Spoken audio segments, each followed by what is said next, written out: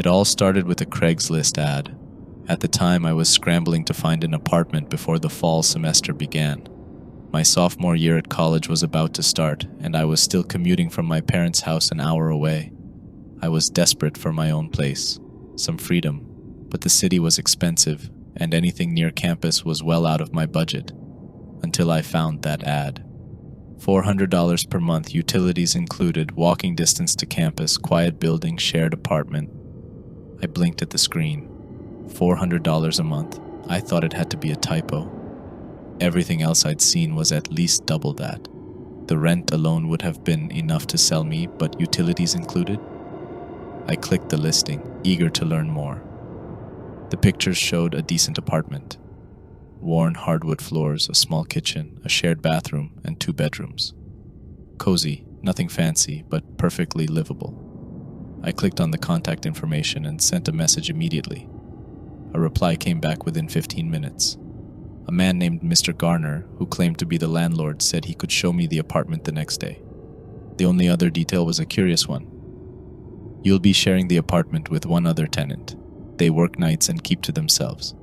You'll have the place to yourself during the day. One rule: do not disturb the other tenant. They value their privacy. It sounded quirky, but I didn't care. I figured it was just a reclusive night worker.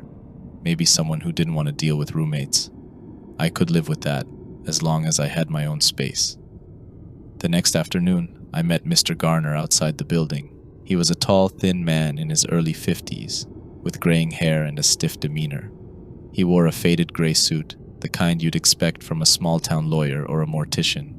His handshake was limp and cold, and his eyes didn't quite meet mine when he spoke.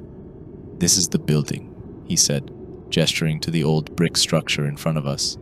It was wedged between 2 newer, shinier apartment complexes, the kind that had gyms and coffee shops on the ground floor. This building, however, looked as though it had been forgotten by time. The bricks were dark and crumbling in some places, and the windows on the upper floors were mostly dark, despite it being mid-afternoon. We entered through a creaky metal front door, and Mr. Garner led me up 2 flights of stairs, the air growing stale and cooler as we ascended. Finally, we stopped in front of a dark wooden door, with the number 3B hanging slightly askew. He unlocked it and gestured for me to step inside. The apartment was much as I'd seen in the photos. A bit smaller in person, but clean enough, with an old charm to it. The ceilings were high, the floors groaned with every step, and the walls had a faded floral wallpaper that had probably been there for decades. There was a faint, musty smell, but nothing a couple of open windows couldn't fix. "Here's the layout," Mr. Garner said, stepping in behind me. "You'll have your bedroom here." He pointed to the room on the left. "The kitchen and living area are shared, and the bathroom is at the end of the hall. The other tenant's room is on the right." He glanced at the closed door at the far end of the hallway, his face tightening briefly before he turned back to me. "And, as I mentioned in my message, they work nights. You probably won't see them. They sleep during the day. They keep to themselves. All we ask is that you respect their privacy." I nodded. "Of course." He smiled, though it didn't quite reach his eyes. "Good. If you're interested, I can have the paperwork ready by tomorrow." I didn't need to think twice. "I'll take it."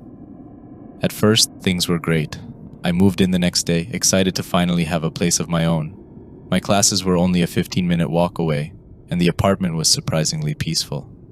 Most of the time, it felt like I was living alone.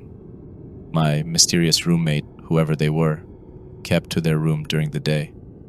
I never heard them leave, but each morning when I woke up, their door was closed and the apartment was empty. I stuck to the landlord's rule: no knocking, no trying to meet them. At first, I didn't think much of it. It was a strange setup, sure, but people had their quirks. Maybe they were shy or just valued their privacy. In fact, the more I thought about it, the more I appreciated the arrangement. It felt like I had the whole apartment to myself most of the time, but after the first week, small, unsettling things started happening. It began with the noises. Late at night, after I'd gone to bed, I'd hear faint sounds coming from the other side of the apartment. It was subtle at first, the occasional creak of floorboards, the sound of a door softly closing, a shuffle of feet. Nothing too out of the ordinary.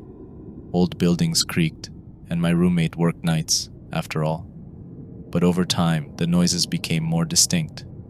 One night, I woke up to the sound of something dragging across the floor, a slow, deliberate scrape, like furniture being moved. I glanced at the clock on my nightstand. It was 3:27 a.m. My heart thudded in my chest as I listened, straining to hear more. The dragging noise continued for a few more seconds, then stopped abruptly. I told myself it was just my roommate, that they must have been moving something in their room, but the noise had come from the hallway right outside my door. Another night, I heard soft knocking. It was faint, almost as if it were coming from a far-off part of the apartment, but it was steady, rhythmic, 3 knocks in quick succession, followed by a long pause. Then it would start again. I lay in bed, staring at the ceiling, my pulse quickening with each set of knocks. I didn't dare get up to investigate. The cold came next. The apartment had always been on the cooler side, but after a couple of weeks it became noticeably colder. The kind of cold that seeped into your bones, no matter how many blankets you piled on. I cranked the thermostat up, but it didn't make a difference. The temperature seemed to drop most dramatically in the hallway, especially near my roommate's door. Sometimes when I walked past, I could feel a frigid draft coming from under the door, even though there were no windows in the hallway. It was the kind of cold that made my breath visible in the air. Then, the missing items started. It was subtle at first. A pen disappearing from the desk. A cup left out in the kitchen moved to a different spot. Small things that I brushed off as forgetfulness. I had a lot on my mind with school and work, and it was easy to misplace things. But then larger items started to go missing. My phone charger vanished one night, only to reappear the next day in the bathroom. A hoodie I'd left on the couch disappeared for 2 days, before I found it neatly folded at the foot of my bed. One morning, I woke up to find the door to my bedroom slightly ajar. I was sure I had closed it before going to bed, but it wasn't locked. Maybe I hadn't pulled it all the way shut. At least that's what I told myself. The final straw came about a month after I moved in. It was a Friday night and I had been out late with friends. By the time I got home, it was well past midnight. The apartment was silent as usual, and the cold draft greeted me the moment I stepped inside. I tossed my keys onto the kitchen counter and headed straight for my room, exhausted from the night out. As I passed by my roommate's door, I noticed something strange.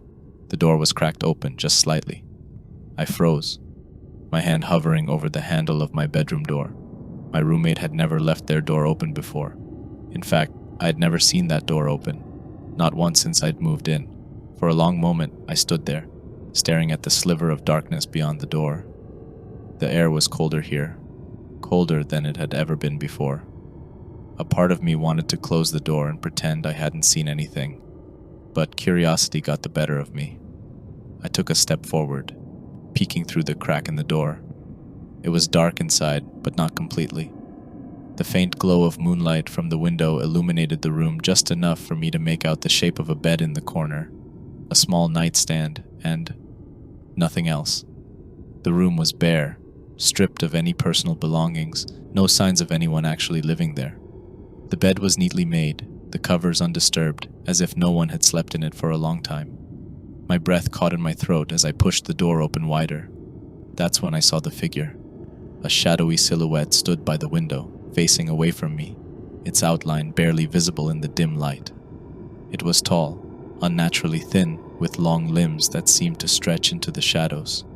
My blood ran cold, and I took an involuntary step back, my heart hammering in my chest. "Hello?" I whispered, my voice barely audible.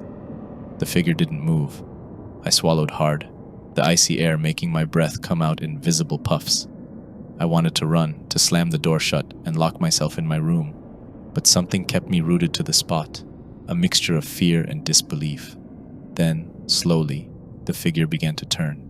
I backed up, my mind screaming at me to move, to get away, but I couldn't take my eyes off the figure as it turned to face me. The moonlight illuminated its face, or rather, the lack of one. Where a face should have been, there was only darkness, an empty void that seemed to pull at the edges of my vision, distorting the room around it. I gasped, stumbling backward, my hand fumbling for the door handle behind me. The figure took a step forward, its movement slow and deliberate, as if it were testing the air around it. The cold intensified, the temperature plummeting to the point where I could feel the frost biting at my skin. Without thinking, I slammed the door shut, my hands trembling as I locked it. My chest heaved with shallow, panicked breaths as I pressed my back against the door, listening for any sign of movement on the other side. Silence. The cold draft seemed to retreat, and the apartment was still again, save for the sound of my own ragged breathing. I stood there for what felt like hours, too terrified to move, waiting for something, anything to happen, but there was nothing. Eventually, I forced myself to move, stumbling toward my room on shaky legs. I locked the door behind me and collapsed onto my bed, my mind racing. I didn't sleep at all that night. The image of the faceless figure by the window haunted me, replaying over and over in my mind. The next morning, I called Mr. Garner. I told him everything, the noises, the cold, the missing items, and the figure in the room. My voice trembled as I spoke, but I didn't care. I needed answers. I needed to know what was going on in that apartment. Mr. Garner listened in silence, his voice calm and detached when he finally spoke. "I told you not to disturb them," he said quietly. "What? What is it?" I asked, my voice barely above a whisper. There was a long pause on the other end of the line, and when Mr. Garner spoke again, his voice was low, almost regretful. "The tenant," he said slowly, "has been there a long time, longer than you or I could imagine. They don't bother anyone as long as they're left alone." I swallowed hard, my mouth dry. "But what are they?" Mr. Garner sighed. "There are some things better left unanswered." I hung up the phone, my hands shaking. The silence in the apartment felt heavier than it had before, as if the very walls were closing in on me. I stood there, staring at the phone in my hand, my mind racing with the words Mr. Garner had just spoken. Some things are better left unanswered. What did that even mean? Was he trying to tell me that whatever was in that room wasn't human? That I'd been living with something else, something unnatural? I paced back and forth in the small living room, my thoughts spiraling. The figure I'd seen last night, the cold draft, the knocking, all of it seemed to connect, but none of it made sense. Was it possible I'd imagined it? Maybe the stress of school, combined with the strangeness of the living situation, had gotten to me. But the cold I'd felt, the way the figure had turned to face me, that void where its face should have been, I hadn't imagined that. I couldn't have. I glanced down the hallway, my eyes drawn to the closed door at the end, the door to my roommate's room. My pulse quickened, and I felt a knot form in my stomach. I knew I should just leave, pack up my things, and find another place to live. Whatever was going on here, it wasn't normal, and it wasn't safe. But I couldn't shake the feeling that I needed answers. Mr. Garner had been evasive, deliberately vague. He knew something about the tenant, about this apartment's history, and he wasn't telling me. And now that I knew there was something dark and dangerous behind that door, I couldn't just walk away. I had to know the truth. I grabbed my phone and searched for the building's address online, hoping to find something, anything, that might explain what was happening. I combed through old news articles, property records, and message boards, but nothing seemed out of the ordinary. The building had been around for decades, but there were no reports of hauntings, no mentions of any tragic deaths or disappearances. I felt my frustration mounting. There had to be something. People didn't just vanish from history, not like this. And then I found it, a small, forgotten blog post from nearly 20 years ago. The title read, "The Haunting of 3B, a Tenant's Final Words." My heart skipped a beat as I clicked the link, the page taking a few seconds to load. The post was written by a woman named Jessica, who claimed to have lived in the same apartment I was now occupying. The entry was short, but it was enough to make my blood run cold. I moved into 3B a month ago. The rent was cheap and the landlord seemed desperate to get someone in there. I didn't think much of it at the time, but now I know why. There's something wrong with this place. Every night I hear noises coming from the other bedroom, the one I was told to stay away from. I've never seen the tenant, but I can feel their presence. It's cold, so cold in the hallway. And sometimes, when I walk past their door, I swear I hear whispers. I tried to talk to Mr. Garner about it, but he just told me the same thing he told the last tenant. Don't disturb them. But I can't ignore it anymore. I've started waking up in the middle of the night with the feeling that someone is standing at the foot of my bed, watching me. And when I try to turn on the lights, they don't work. I'm leaving tomorrow. I don't care about breaking the lease, I just want to get out of here. The post ended abruptly. There were no other entries, no updates, nothing to suggest whether Jessica had actually left or what had happened after she wrote those words. But it was enough to confirm what I'd been dreading. This wasn't the first time something strange had happened in 3B, and it probably wouldn't be the last. I sat back in my chair, my hands trembling as I stared at the screen. I wasn't alone in this. Someone else had experienced the same things I had. The cold, the noises, the overwhelming sense of dread. But what happened to Jessica? Did she ever leave? Or had she become another victim of whatever haunted this apartment? I knew then that I couldn't ignore it any longer. I had to go into the room. I spent the rest of the day building up the courage. I told myself I'd just peek inside, maybe take a quick look around and then leave. I'd already broken the landlord's rule by peeking inside last night, and there was no going back now. If there were any answers to be found, they were behind that door. The sun was setting by the time I finally stood outside my roommate's room.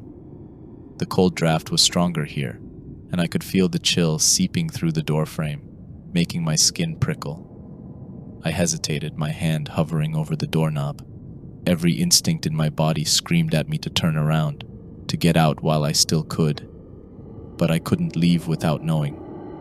I took a deep breath, my heart pounding in my chest, and slowly turned the handle.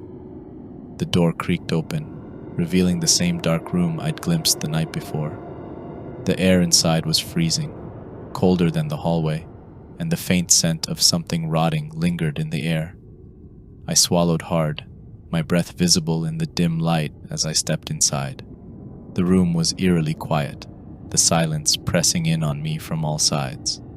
The bed was still neatly made, the sheets undisturbed, as though no one had slept in it for years. The small nightstand beside the bed held nothing but an old, dusty lamp. The window was closed, but the draft was stronger here, like the cold was radiating from somewhere deep within the walls. I moved further into the room, my footsteps barely audible on the wooden floor. The figure I'd seen the night before was gone, but the oppressive feeling of being watched remained. I could feel eyes on me, even though I was alone. I approached the window, my breath coming in shallow gasps. Outside, the street below was dark and quiet, the streetlights casting long, eerie shadows across the pavement. But as I turned away from the window, something caught my eye. There, etched into the wood of the window frame, were words. "Help me." My heart skipped a beat, and I took a step back, my mind racing. The words were faint, worn down by time, but they were unmistakable. I ran my fingers over the grooves in the wood, my skin tingling as I traced the letters. That's when I heard it, a faint whisper. At first, it was so soft I thought I'd imagined it. But as I stood there, straining to hear, the whisper grew louder. It was coming from behind me. I turned slowly, my body tense, every muscle on edge. There, in the corner of the room, stood the figure. It was taller than I remembered, its long, thin limbs draped in tattered clothing that seemed to blend with the shadows. Its face, or what should have been a face, was still obscured, an empty void that made my skin crawl. But this time, it wasn't standing still. It was moving toward me, slowly, deliberately, its steps silent on the floor. I couldn't move. My legs felt like they were made of lead, my heart pounding so hard I thought it might burst. The figure moved closer, its presence filling the room. the air growing colder with every step it took. "Help me." The whisper came again, clearer this time. I stumbled backward, my hand gripping the edge of the nightstand to steady myself. My mind raced, trying to make sense of what I was seeing. Was this the tenant? Was this what Mr. Garner had been hiding? "Who are you?" I asked, my voice barely a whisper. The figure stopped, standing just a few feet away from me, its head tilted to the side, as if considering my question. And then, slowly, it raised its hand, pointing toward the bed. My eyes followed the motion, and that's when I saw it. A small, leather-bound journal lay on the bed, half hidden beneath the covers. I hadn't noticed it before, but now it seemed to draw my attention like a magnet. I hesitated for a moment, glancing back at the figure, but it remained still, its hand still outstretched. I reached for the journal, my fingers trembling as I picked it up. The leather was old and worn, the pages yellowed with age. I opened it slowly, the faint scent of dust and decay rising from the pages. The first entry was dated nearly 50 years ago, June 14th, 1973. "I don't know how much longer I can stay here. The nights are getting worse. Every time I try to sleep, I hear them. The whispers. They're always there, always waiting. Mr. Garner says it's nothing, that I'm just imagining things, but I know what I've heard. There's something in this apartment, something wrong. I can feel it, watching me. It's always cold in here, so cold. I'm leaving tomorrow. I can't stay here any longer. I don't care about the money. I just want to be free of this place." My hands shook as I flipped through the pages. Each entry was more desperate than the last, the handwriting growing more frantic, more uneven. The tenant, whoever they had been, had lived through the same experiences I had. The cold, the noises, the whispers, but they hadn't made it out. The final entry was dated 2 days later, June 16th, 1973. It's too late. I tried to leave, but the door wouldn't open. No matter how hard I tried, it wouldn't budge. I'm trapped here. I don't know how, but I can feel it. The apartment won't let me go. The whispers are louder now. They're always here, always telling me the same thing. Stay, stay, stay. I don't want to, but I can't fight it anymore. It's too strong. I'm too weak. If anyone reads this, please, help me. Don't let it take you too. I stared at the final words, my heart pounding in my chest. The air around me seemed to thicken, the cold seeping into my bones. The figure in the corner remained motionless, but its presence was overwhelming, suffocating. I dropped the journal, stumbling toward the door, my breath coming in ragged gasps. I had to get out. I had to leave before it was too late. But as I reached for the doorknob, the whisper came again, louder this time, echoing in my mind. Stay. The door wouldn't open. I twisted the knob, pulling with all my strength, but it wouldn't budge. Panic surged through me as I slammed my shoulder against the door, but it was no use. I was trapped. Behind me, the figure moved closer, its presence filling the room like a heavy weight pressing down on my chest. "Please," I whispered, my voice trembling. "Let me go." But the figure didn't respond. It just stood there, watching me with that empty, faceless gaze. I sank to the floor, my back pressed against the door, tears streaming down my face as the cold crept deeper into my bones. And then, in the silence, I heard the final whisper. "You belong here now."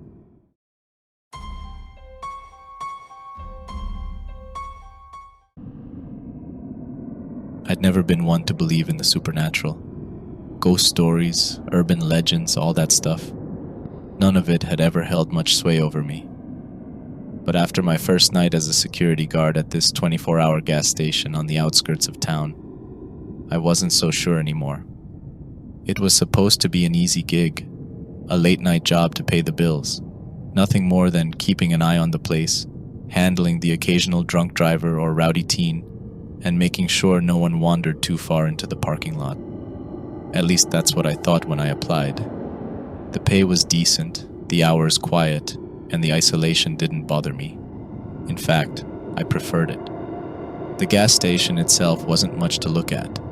A dingy building that sat at the edge of a long, winding road that seemed to stretch into nothing. The main attraction was the bright fluorescent lights that flickered above the pumps and cast long shadows across the parking lot. Inside, it was just as unimpressive. Aisles of chips and snacks, a small refrigerator stocked with energy drinks and sodas, and a counter where my coworker, Ray, sat behind the register. Ray was in his late 40s, maybe early 50s, and had the look of a man who'd spent too many years on the night shift. His skin was pale, his hair thinning, and his eyes had that glazed-over, distant look that made me wonder if he ever really slept. He'd been at the gas station for years, and he didn't say much else unless he had to. Tonight, as I clocked in and grabbed my flashlight, Ray was sitting behind the counter, sipping from a cup of coffee and staring out into the parking lot. He nodded at me when I came in, but didn't say anything at first. He didn't need to. "How's the night been so far?" I asked, trying to make some small talk. Ray took a long sip of his coffee before answering, his voice gravelly from too many cigarettes. "Quiet, just how I like it." "Anything I should know about?" I asked, settling in for what I thought would be an uneventful night. Ray's eyes flicked toward me and then back to the parking lot. "Yeah, actually," he said slowly. "There are a few things you should know. Rules, mostly. The kind that'll keep you out of trouble." I raised an eyebrow. "Rules? Like what?"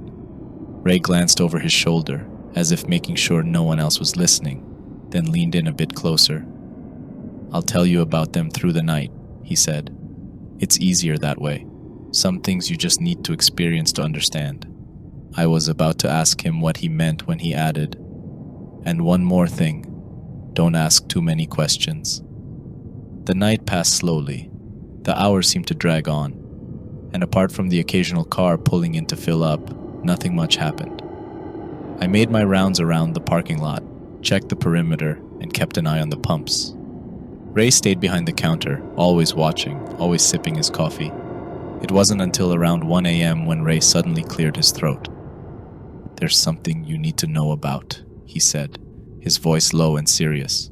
"First rule." I stopped mid-step and turned toward him. "Yeah?" "If you see a little boy come in," Ray continued, "around 7 or 8 years old, wearing a red jacket, don't talk to him. Don't even acknowledge him. Just let him do what he does and leave. He comes around sometimes, usually late at night. But whatever you do, don't speak to him. If he asks you for help, ignore him." I stared at Ray, waiting for the punchline, but there wasn't one. He was dead serious. "What happens if I talk to him?" I asked. Ray didn't look at me. "You don't want to know," he muttered. I didn't press him further, but the thought of a little boy wandering around the gas station in the middle of the night was unsettling enough. A few hours later, after another lull in activity, Ray spoke up again. "Second rule," he said, without looking at me. I was restocking the drinks in the cooler, and I stopped listening. "Stay out of the shadows," Ray continued. "If the lights flicker and go out, stay where it's lit. Don't walk into the dark corners. You might see things moving in the dark, shadows that don't belong to anything. Whatever you do, don't follow them. They'll lead you somewhere you can't come back from." I glanced out the window at the flickering parking lot lights. They were old, barely working half the time, but Ray's tone made me uneasy. "Have you seen the shadows?" I asked, my curiosity getting the better of me. Ray shrugged, sipping his coffee. "Once or twice, don't care to see him again." Around 3 a.m., the gas station was completely silent. No customers, no cars, just the hum of the fluorescent lights overhead. I was getting restless when Ray spoke up again. "Third rule," he said.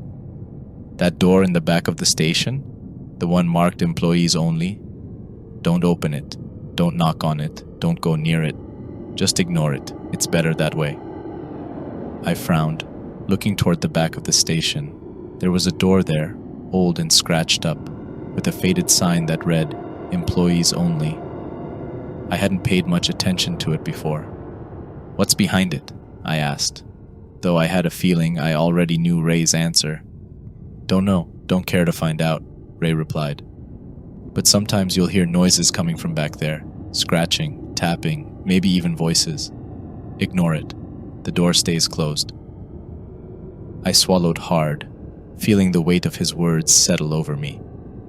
The hours dragged on. It was nearing 4 a.m., and fatigue was starting to set in. The hum of the gas station's lights, the soft hum of the refrigerator units, and Ray's occasional cryptic advice were all that kept me company.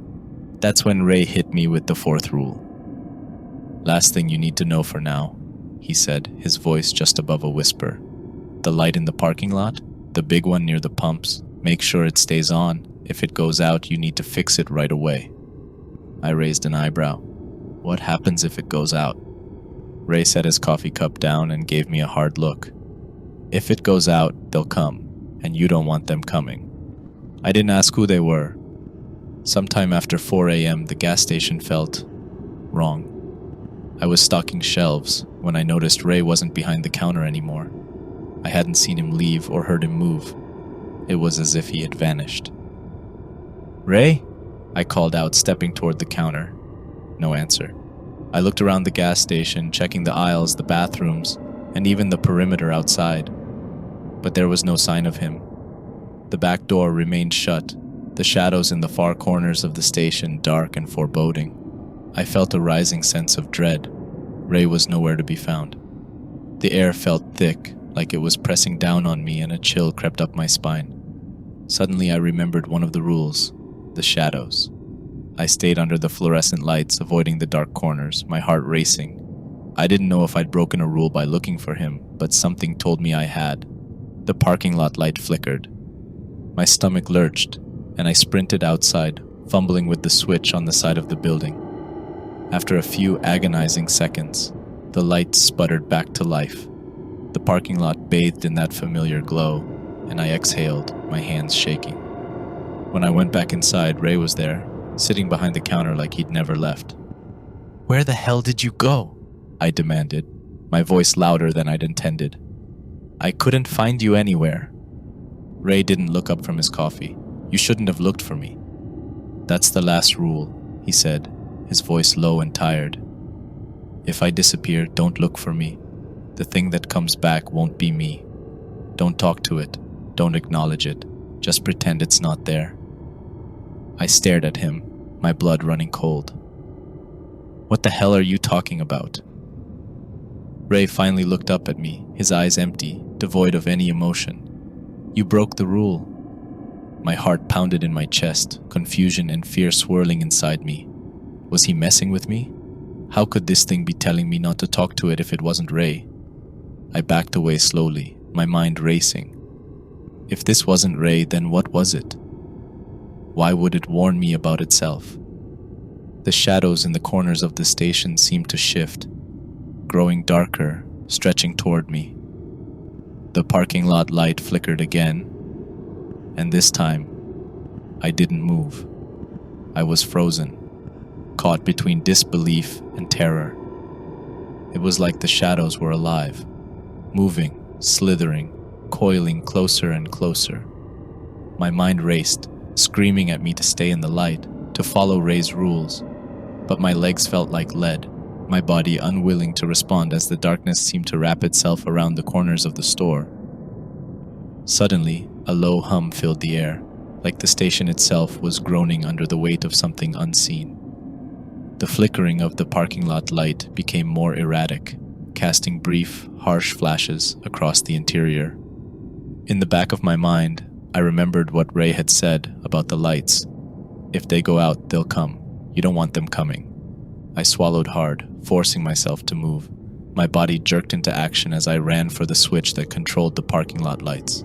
My fingers fumbled with the old rusted lever on the wall, and for a moment, my heart nearly stopped as I realized it wasn't working. The hum intensified and the shadows seemed to surge forward, creeping across the floor like liquid night. With a desperate grunt, I yanked the switch harder. The parking lot lights sputtered back to life, bright and glaring, chasing the shadows back into the corners.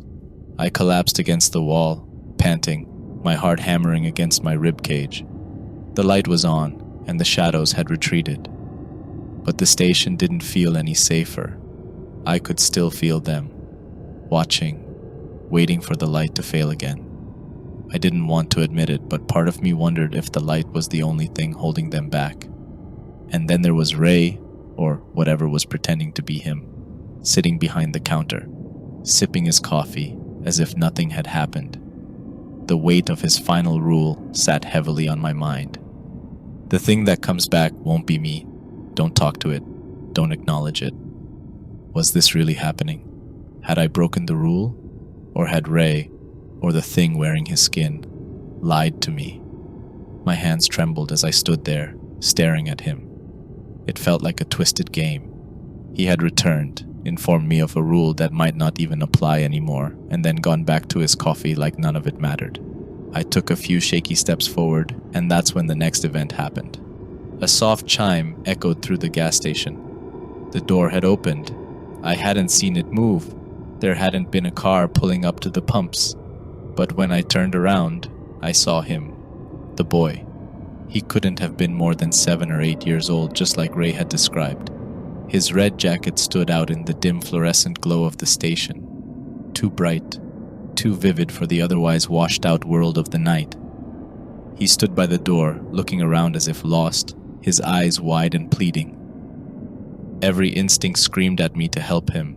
It didn't feel right, just standing there, pretending he wasn't there, pretending I didn't hear the quiet sniffle of a child trying to hold back tears. But Ray's warning burned in the back of my mind. If you see a boy in a red jacket, don't talk to him, don't acknowledge him.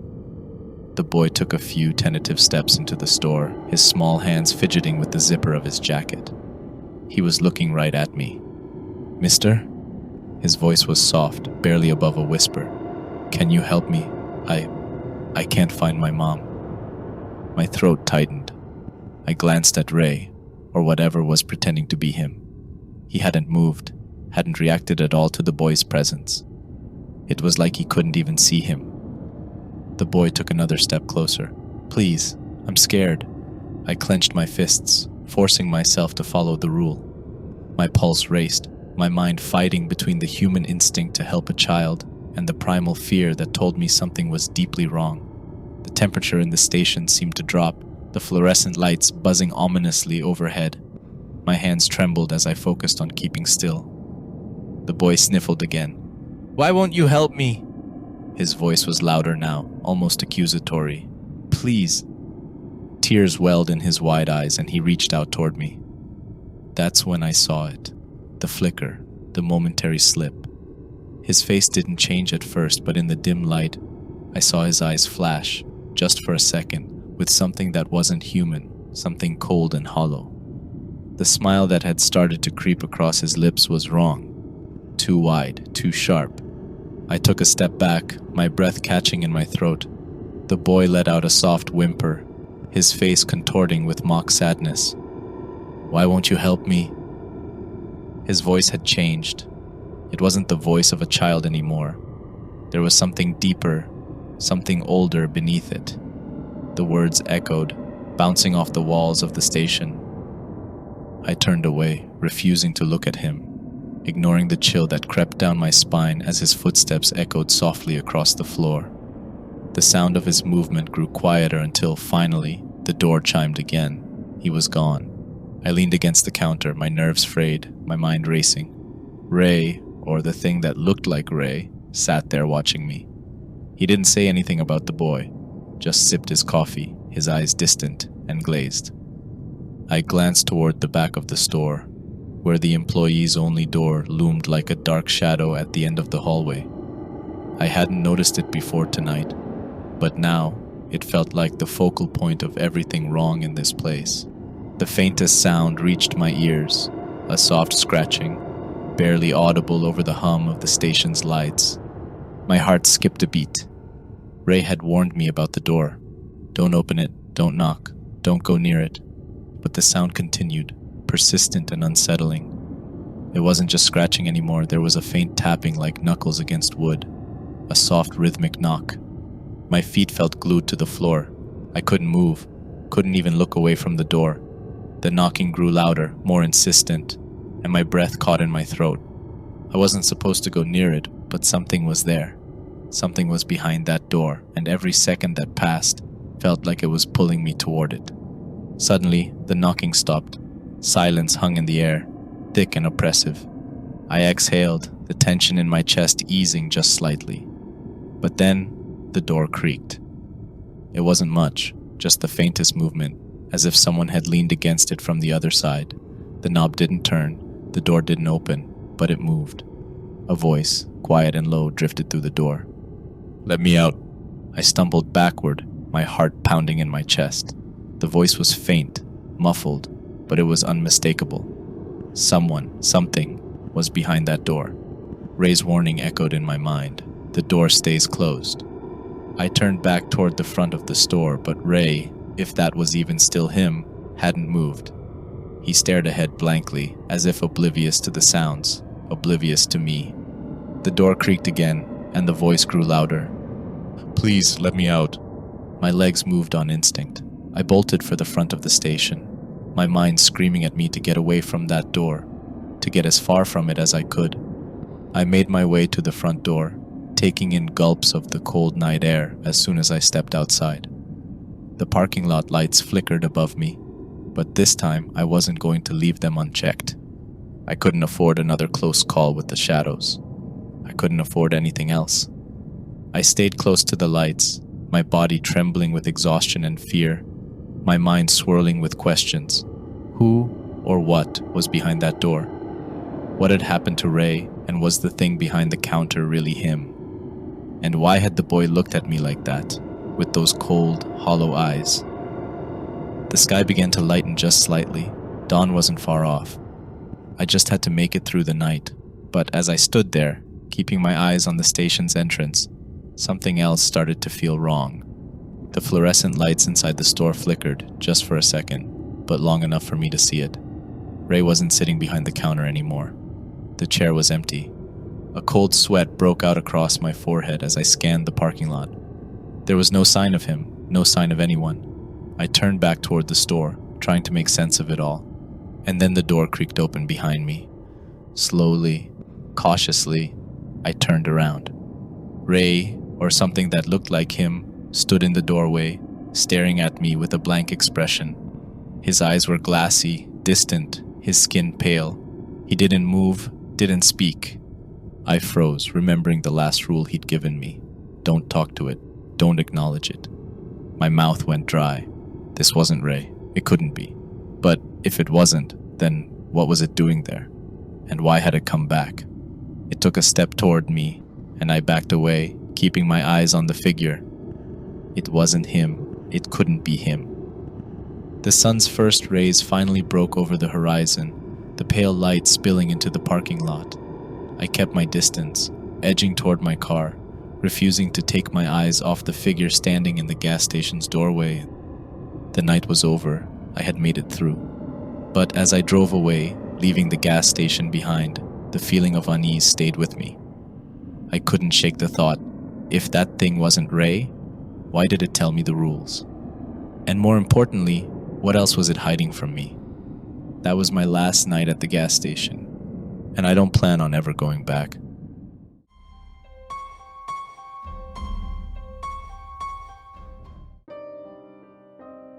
Moving to college was something I had been waiting for since I could remember. Growing up in a small town in Ohio, life had been predictable, too predictable. There were only so many times you could walk down the same 3 streets, wave to the same neighbors, and eat at the same diner before the monotony of it all began to eat away at you. College was supposed to be my ticket out, my chance to start fresh, to reinvent myself.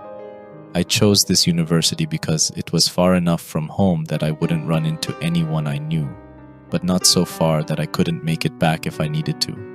The campus was beautiful, with sprawling green lawns, old brick buildings, and a mix of historical charm and modern innovation. Ridgeway Hall, the dorm where I would be staying, sat on the far edge of campus, a little separated from the newer buildings. It was one of those old, ivy-covered structures that looked like it had been around for centuries.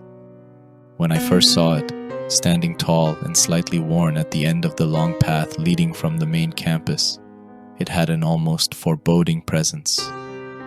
The ivy snaked up the sides of the building, thick and dark, and the windows were narrow, their panes cloudy with age. There was something cold about it, something that made me shiver despite the late summer warmth. "Ridgeway Hall, huh?" the cab driver had said as he helped unload my bags. "You'll hear some stories about that place." I had laughed it off at the time, eager to get inside and start unpacking. But now, as I stood in the entryway, staring up at the winding staircase and the dark wood-paneled walls, I felt a pang of unease. The building smelled faintly of old wood and something musty, like books that had been left in a damp basement for too long.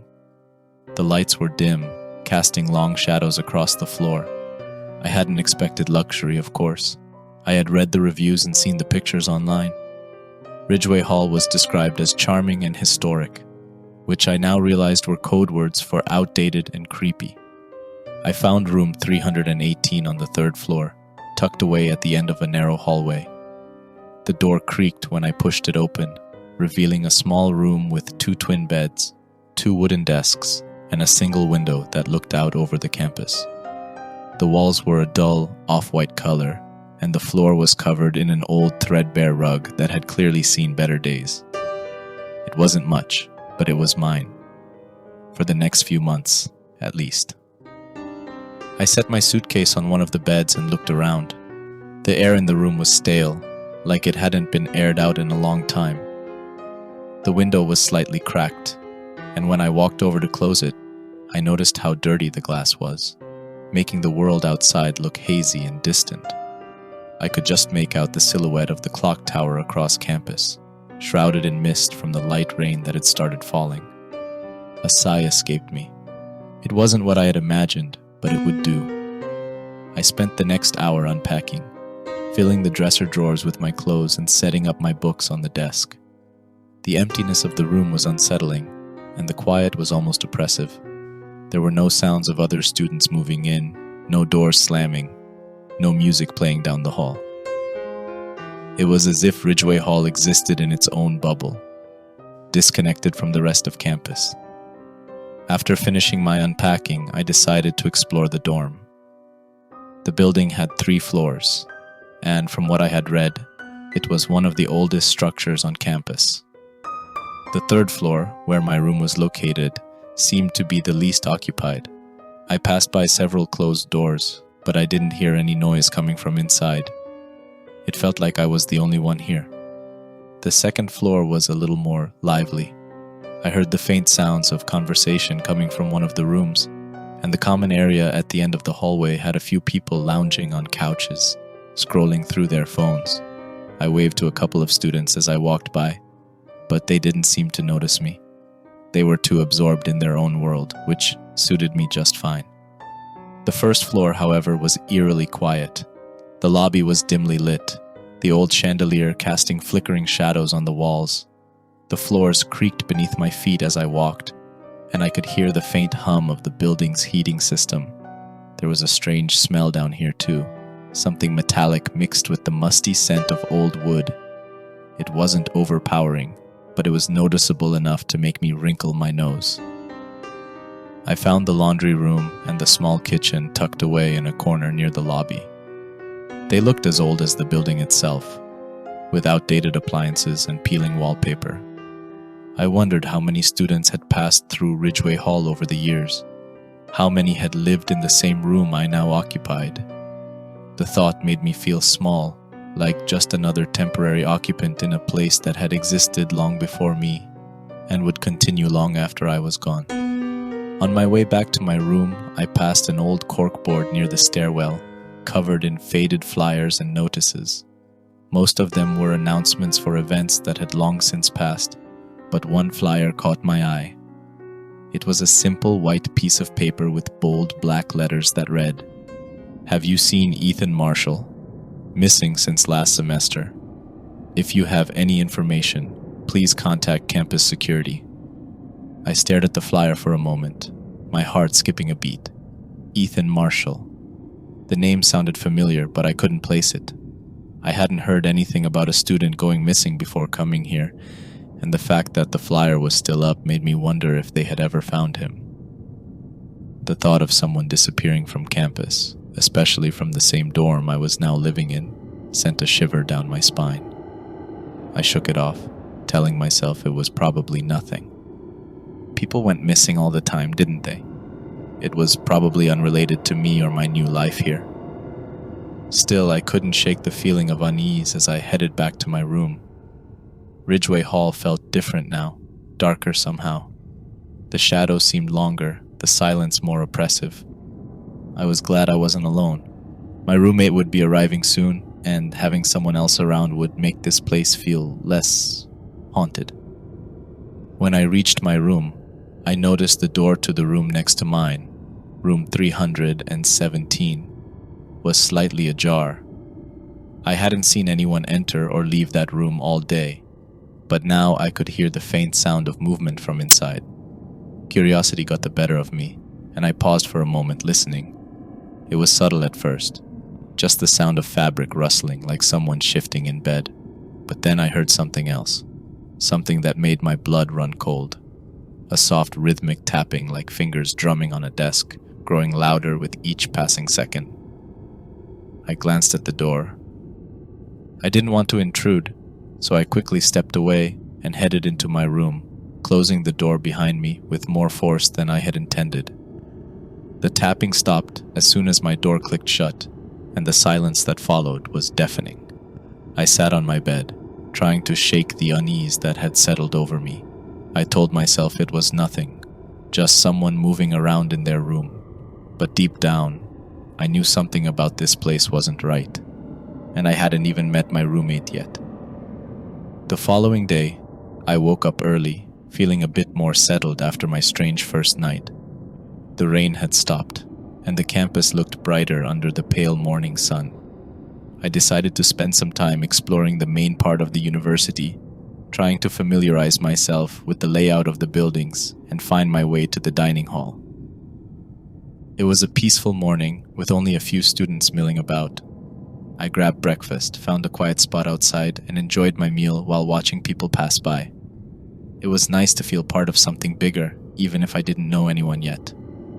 Later in the afternoon, I headed back to Ridgeway Hall, my thoughts drifting to my roommate.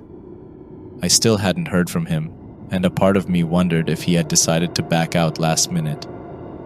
The idea of having the room to myself was appealing, but at the same time, I was looking forward to meeting him. It would be nice to have someone around to share the experience of living in a new place. When I reached my room, I noticed the door was slightly open.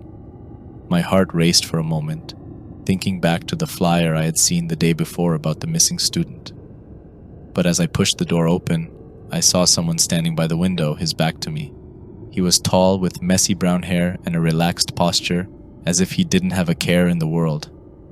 He turned around as soon as I entered, flashing me a friendly smile. "Hey man, you must be Alex, right? Sorry I'm late. I'm Ethan." Ethan? My heart skipped a beat at the name. I forced a smile, trying to shake the unease that had suddenly gripped me. There was no way this could be the same Ethan from the flyer, right? "Nice to finally meet you." Ethan immediately made himself at home, tossing his backpack onto the other bed and starting to unpack. He didn't seem to notice my hesitation, or if he did, he didn't acknowledge it. Instead, he launched into a casual conversation about the dorm, asking me how my first few days had been and whether I'd checked out the dining hall yet. Despite my initial wariness, I found myself warming up to him quickly. He was easy to talk to with a laid-back vibe that put me at ease. Within minutes, we were chatting like old friends, swapping stories about our hometowns and our reasons for choosing this university. Ethan had a way of making everything feel normal, even when it wasn't. His presence was calming, and for the first time since I had arrived, I felt like I wasn't alone. We spent the rest of the evening talking, getting to know each other, and by the time I went to bed, I was glad to have him as my roommate. But as I lay in bed that night, staring up at the ceiling, I couldn't stop thinking about the flyer. "Have you seen Ethan Marshall?" I told myself it was a coincidence. There had to be more than one Ethan on campus, right? It wasn't an uncommon name. Besides, this Ethan was here, unpacking, settling in. He wasn't missing. And yet, the unease lingered. Over the next couple of weeks, life at Ridgeway Hall settled into a routine. Classes began, and I quickly found myself juggling the workload, figuring out which professors were sticklers for attendance and which ones didn't care if you ever showed up. College life felt like a blur of new experiences, late nights, and endless cups of coffee. Ethan and I got along surprisingly well. We didn't have any classes together, but we spent most evenings in our dorm room, chatting or doing homework. He wasn't much for small talk in public, and though I occasionally invited him to join me when I grabbed food at the dining hall, he often declined. It didn't bother me at first. I figured he was just more introverted than I was, preferring to keep to himself. But the more time I spent with Ethan, the more I started to notice the little things that didn't add up.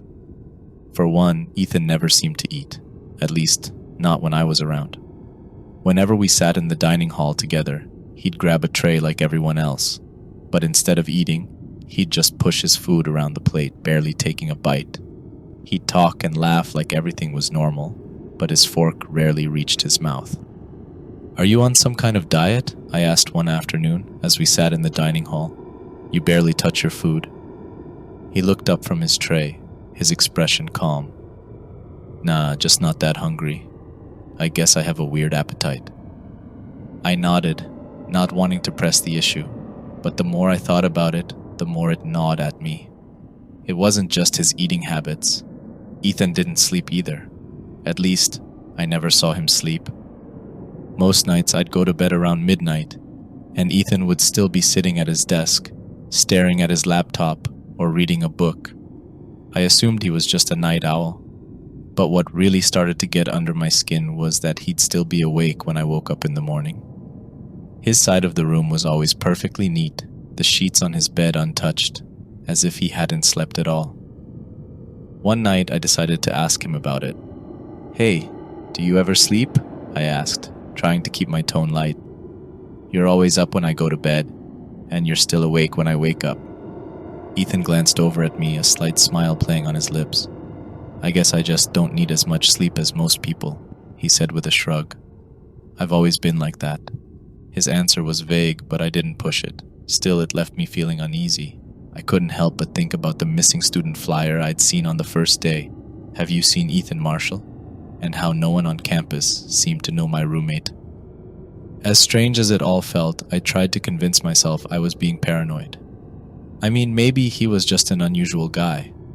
Everyone had their quirks, right? And despite everything, I liked having him around. He was a good listener, always there when I needed to vent about a tough class or a weird interaction with a professor. But the small nagging feeling that something wasn't right kept creeping back in. It started with subtle things, small enough that I could brush them off as my imagination. One evening, as I was getting ready for bed, I noticed something strange on Ethan's desk. He had left for the library, so the room was empty except for me. His laptop was closed, but his notebook was open, and there was something written on the page. I didn't mean to snoop, but the writing caught my eye. Thick, black letters, scrawled in what looked like frantic handwriting. I leaned in closer, squinting to make out the words. "I've always been here. I've always been watching." I froze, my heart pounding in my chest. The words seemed to pulse on the page, like they were alive, breathing with some strange energy. I blinked, my head spinning. Was this a joke? A prank? I closed the notebook quickly and stepped away from the desk, trying to calm myself down. It was probably nothing. Maybe he was writing a short story or something for class. Writers sometimes scribble down weird ideas, right? But as I climbed into bed that night, I couldn't shake the feeling of dread that settled in the pit of my stomach. The next day, I noticed more strange things. The way the lights flickered whenever Ethan entered the room, casting long dark shadows across the walls. The way the air felt colder when he was around, as if his presence somehow drained the warmth from the space. The shadows themselves seemed to stretch farther than they should, crawling up the walls and wrapping around corners in ways that didn't make sense. I didn't say anything to Ethan, but I started to avoid him when I could. I made excuses to spend more time in the library, studying with classmates or grabbing lunch off campus. I still couldn't bring myself to confront him. What would I even say? Hey, I think you might be some kind of... What? A ghost? A demon? I wasn't even sure what I was dealing with, but deep down I knew it wasn't normal. The first real incident happened on a freezing January afternoon, right after the first big snowstorm of the season. Campus was buried under a thick blanket of snow, and the air was so cold it felt like my skin might crack. Most students had retreated indoors, but Ethan suggested we go for a walk to clear our heads. I agreed, hoping the fresh air might help me think straight. Maybe I was reading too much into everything. Maybe I was just stressed out from classes. I needed some time away from the dorm to clear my mind. We walked side by side across the campus grounds, the snow crunching under our boots as we made our way past the old brick buildings and through the empty courtyards. The campus felt deserted, almost abandoned, with only the occasional student hurrying by, bundled up in layers of scarves and jackets. At one point, I stopped to tie my shoelace, crouching down on the snow-covered path. Ethan waited for me a few steps ahead, watching as I fumbled with the laces. I glanced up, about to make a joke about how cold it was, but the words caught in my throat. There were no footprints where Ethan stood. I blinked, my heart skipping a beat. I looked down at the snow around me. My own footprints were clear and deep, cutting a path through the snow as I had walked. But when I looked up at Ethan again, the snow beneath him was untouched, smooth and undisturbed as if no one had been standing there. "Ethan," I said, my voice shaky, "where are your footprints?" He glanced down, then back at me, his expression calm, almost too calm. "What do you mean?" I stared at him, my mind racing. "Your footprints. You've been walking this whole time, but there's nothing. No tracks." Ethan shrugged, his eyes dark and unreadable. Maybe the snow's just covering them up. That didn't make any sense. The snow hadn't been falling for hours, and my footprints were still clear as day. I opened my mouth to argue, but the look on his face stopped me. There was something in his eyes, something cold. I swallowed hard, standing up and brushing the snow from my jeans. "Yeah, maybe," I muttered, though I didn't believe it. We continued walking, but I couldn't shake the feeling that something was terribly, terribly wrong. The unease gnawed at me, tightening like a knot in my stomach. I glanced back at our path again, and sure enough, there were only my footprints trailing behind us. The footprint incident gnawed at me for days. I couldn't stop thinking about how impossible it was. Ethan walking next to me with no tracks in the snow. I tried to explain it away, chalk it up to stress, exhaustion, maybe even paranoia, but I couldn't get rid of the feeling that I was missing something important. After a restless night, I made a decision. I had to figure out what was going on with Ethan. It wasn't just the footprints. It was everything. The way he never ate, never slept. The way the room felt colder when he was around. I wasn't crazy. There was something wrong with him, and I needed to know what it was. The first place I went was the dorm office. It was tucked away in a small, musty room in the basement of the administration building, where the floors creaked and the walls were lined with old filing cabinets. The dorm supervisor, a middle-aged woman with graying hair and thick glasses, sat behind a cluttered desk, typing away on an ancient computer. "Excuse me," I said, stepping up to the desk. "I have a question about my roommate, Ethan Marshall. I just wanted to check if there were any issues with his records or if there was anything I should know." The woman glanced up at me, her eyes narrowing slightly. "Ethan Marshall? What room are you in?" "Room 318. She frowned and turned to her computer, typing in my room number. A few seconds passed, and her frown deepened. She clicked through a few more screens, and I could feel my heart pounding in my chest. "I don't have anyone by that name assigned to your room," she said, her voice confused. It shows you're the only occupant of 318. Ethan Marshall never checked in. He was supposed to be assigned to your room at the start of the semester, but he never arrived. I stared at her, my mind reeling. That's impossible. He's been living with me for weeks. We've been hanging out, going to class, everything. He's my roommate. The woman shook her head. I'm sorry, but according to our records, Ethan Marshall never showed up. You've been listed as the only resident in that room. For a moment, I couldn't speak. The words swirled around in my head, but they didn't make sense. Ethan wasn't real? How could he not be real? I had talked to him, spent time with him. He had unpacked his things in our room. He had walked beside me in the snow, even if the footprints weren't there. I don't understand, I finally stammered. Can you check again? There has to be a mistake. The woman clicked through a few more screens, but she shook her head again. No mistake. You're the only one in 318. I thanked her and left the office, my head spinning. How could this be happening? How could Ethan not exist? The weight of the situation pressed down on me, making it hard to breathe. I walked out into the cold winter air, trying to clear my head. Maybe I was losing it. Maybe the stress of moving to a new place, starting college, and adjusting to life away from home was messing with my mind. But it didn't feel like that. This was different.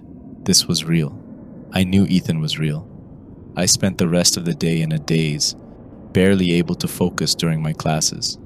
My mind kept returning to the same question over and over again. Who is Ethan? By the time I got back to Ridgeway Hall that evening, the sky had turned dark, and the wind had picked up, howling through the narrow alleyways between the old brick buildings. I trudged up the stairs to the 3rd floor, my mind still buzzing with questions. As I opened the door to my room, I was met with the same familiar sight. Ethan sitting at his desk, his back to me, staring at his laptop. Hey, I said cautiously, stepping into the room. You didn't happen to swing by the dorm office today, did you? Ethan didn't turn around. Nope, he replied, his voice as calm and relaxed as always. I hesitated, unsure of how to broach the subject. So I was there earlier. They said they didn't have you listed as my roommate, like, officially you never checked in. There was a brief pause, and for a moment I thought he might not answer. But then he spoke, his voice still eerily calm. Yeah, that's weird, he said. Probably just a mix-up. You know how those records are. I stared at the back of his head, my pulse quickening. It's more than that. They said you never arrived on campus. They don't have any record of you being here. Ethan's fingers stopped typing, but he didn't turn around. Huh, that is strange. He didn't offer any further explanation. No excuse, no protest. Just, that is strange. The hairs on the back of my neck stood up, and I felt a cold shiver run down my spine. You never talk about where you're from, I said, my voice shaky. Or what classes you're taking. You don't eat, you don't sleep. And that day in the snow, you didn't leave any footprints. This time, Ethan did turn around. Slowly, almost deliberately, he swiveled his chair to face me. His eyes were dark, and there was something unsettling about the way he looked at me, something I hadn't noticed before. What are you trying to say, Alex? He asked, his voice low. I swallowed hard, my mouth dry. Who are you? For a long moment, Ethan didn't say anything. He just stared at me, his expression unreadable. The air in the room felt thick, heavy, like it was pressing down on me, making it hard to breathe. The shadows in the corners of the room seemed to stretch farther than they should have, creeping up the walls like something alive. Then, Ethan smiled. But it wasn't the friendly, easygoing smile I had grown used to. It was cold, distant, and somehow wrong. I'm exactly who you think I am, he said quietly. I'm your roommate, Alex, and I've been here the whole time. I took a step back, my heart racing. But the records. Records can be wrong, Ethan said, standing up from his chair. He took a step toward me, and the room seemed to grow colder, the shadows closing in around us. People make mistakes. I felt trapped, backed into a corner by his presence. "What do you want?" Ethan tilted his head, his smile never fading. "I already have what I want. You." My breath caught in my throat, and I felt the room spin around me. The realization hit me like a punch to the gut. Ethan wasn't real. He was never real. He was something else, something pretending to be my roommate, something that had been living with me, watching me. I turned and bolted for the door, my hand fumbling with the doorknob. But as I yanked it open, I felt a cold hand on my shoulder pulling me back. "You can't leave, Alex," Ethan whispered in my ear, his voice cold and sharp like ice. "You belong here now." I wrenched myself free from Ethan's grasp, stumbling out into the hallway. My heart pounded in my chest as I ran down the corridor, my feet slapping against the cold, tiled floor. I didn't know where I was going, anywhere but there. The hallway stretched on forever, the walls narrowing as I ran. The lights flickered overhead, casting long, distorted shadows that seemed to move on their own. My breath came in ragged gasps, and I could hear the pounding of my heart in my ears. Behind me, I heard Ethan's footsteps, slow, deliberate, unhurried. He wasn't chasing me, but I knew he was following. He didn't need to run. He knew I had nowhere to go. I turned a corner and skidded to a stop. The hallway in front of me was gone, replaced by a wall of darkness. It was as if the building itself had swallowed the corridor, leaving nothing but a void in its place. I turned back the way I had come, but the hallway behind me had disappeared as well. I was trapped. Ethan's footsteps grew louder, echoing in the empty space around me. I pressed myself against the wall, my hands shaking, my mind racing. This couldn't be happening. This couldn't be real, but it was. "You can't run, Alex," Ethan's voice echoed through the darkness, coming from everywhere and nowhere at once. "You're already mine." The air grew colder, and I felt a pressure in my chest, like the very life was being drained from me. The shadows twisted and writhed, closing in around me like black tendrils. I could feel Ethan's presence, closer now, suffocating, oppressive. I closed my eyes, my mind screaming for a way out, any way out. Suddenly, the pressure lifted. I opened my eyes, and I was standing outside Ridgeway Hall. The cold wind whipped at my face, and the night sky stretched out above me, clear and bright. The building loomed behind me, dark and silent, as if nothing had ever happened. I stumbled away, my breath coming in ragged gasps. My legs felt weak, and my head spun with confusion. How had I gotten out? Had it all been a hallucination? A nightmare? As I stood there in the freezing cold, staring back at the window of room 318, my breath fogging the air in front of me, I couldn't make sense of it. Ethan was just standing there, his cold eyes locked onto mine, not moving, not blinking. For a moment, I felt paralyzed, unsure of what to do. It was already night, and the chill in the air was biting through my jacket. The campus was eerily quiet, the only sound being the soft whisper of the wind. I didn't have a choice. I had to go back inside. I turned and made my way back toward Ridgeway Hall, my steps slow and hesitant. The building loomed ahead of me, darker than it had ever seemed before. As I reached the entrance, the door creaked open with a groan that echoed in the stillness, as if the dorm itself were sighing at my return. The warmth inside hit me immediately, but it felt wrong, thick and suffocating, like the air had grown stale and heavy in my absence.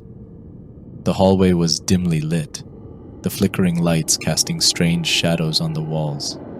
As I walked down the corridor toward the stairwell, I swore I could see movement out of the corner of my eye.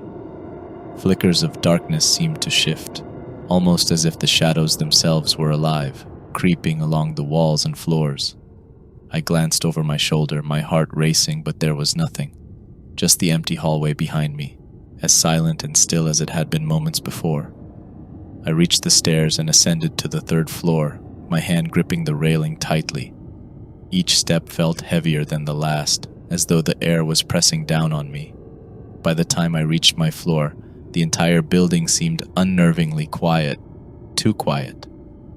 No sounds of other students moving about, no music, no voices. Just the sound of my own breathing, shallow and uneven. When I reached my room, I stopped in front of the door to room 318. My hand hovered over the knob, my heart pounding in my chest. I didn't want to go inside, but I had no other option. With a deep breath, I pushed open the door. The room was empty. Ethan was gone.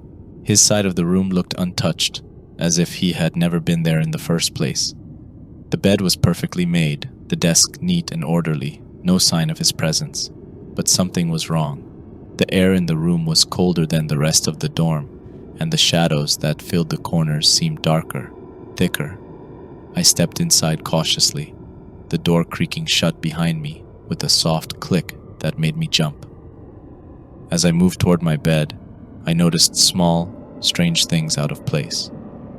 The lamp on Ethan's desk flickered on and off, casting brief bursts of light that made the shadows dance in ways that defied logic. A soft tapping sound echoed from the walls, like fingers drumming in a slow, deliberate rhythm, though there was no one there. The tapping would start and stop at random intervals, each time sending a chill down my spine. The wind outside howled, but the sound seemed to filter through the walls as if the building itself was breathing. I sat on my bed, my back pressed against the headboard, trying to steady my thoughts. The longer I sat there, the more I noticed things moving out of the corner of my eye. Small, fleeting shadows skittering across the floor, the faint sound of whispers that I couldn't quite understand. It felt as if the room itself was alive, watching me, waiting for something. I don't know how long I stayed like that, frozen in my bed, heart racing, eyes darting around the room. The strange occurrences persisted throughout the night. At one point, I heard a door slam down the hall, but when I opened my door to check, the hallway was empty. The dim lights above flickered ominously, casting long, unnatural shadows that stretched and twisted along the walls like grasping hands. Hours passed like a blur. The entire dorm seemed eerily deserted, as though I were the only one left inside. The oppressive quiet was unbearable, broken only by the occasional creak of the old building settling and the unsettling whispers that continued to swirl around me, just out of earshot. And then, just as suddenly as it had begun, the strange occurrences stopped. Morning came with the soft light of dawn filtering through the grimy window. The warmth of the sun seemed to banish the shadows that had haunted the night, and for the first time since I had returned to the dorm, I felt like I could breathe again. I was exhausted, my body heavy with fatigue, but the unease in my chest had lifted slightly. I convinced myself that it was over, that whatever had happened during the night was done. I left my room, eager to escape the stifling atmosphere of Ridgeway Hall. As I walked down the stairs, I overheard a group of students whispering in the lobby. They spoke in hushed voices, their faces pale with shock. "Did you hear? They found a student in one of the rooms on the 3rd floor." My heart skipped a beat and I stopped in my tracks, listening closely. "Who was it?" one of the students asked. "They said it was Ethan Marshall," another replied, her voice barely above a whisper. "He went missing last semester, and they found him this morning, lifeless in room 317. A chill ran down my spine. Room 317. The room next to mine. My heart pounded in my chest as the realization hit me like a wave. Ethan, the Ethan I had spent nights talking to, laughing with, had been gone this entire time. The Ethan I knew wasn't real. He had never been real. He was nothing but a ghost trapped in this place pretending to be alive. I stumbled back, the world around me blurring. Ethan had been reaching out, searching for something. Closure, perhaps. And now, with his body found, maybe he had finally found it. I couldn't stay in Ridgeway Hall any longer. I packed my things and moved to a different dorm that same afternoon.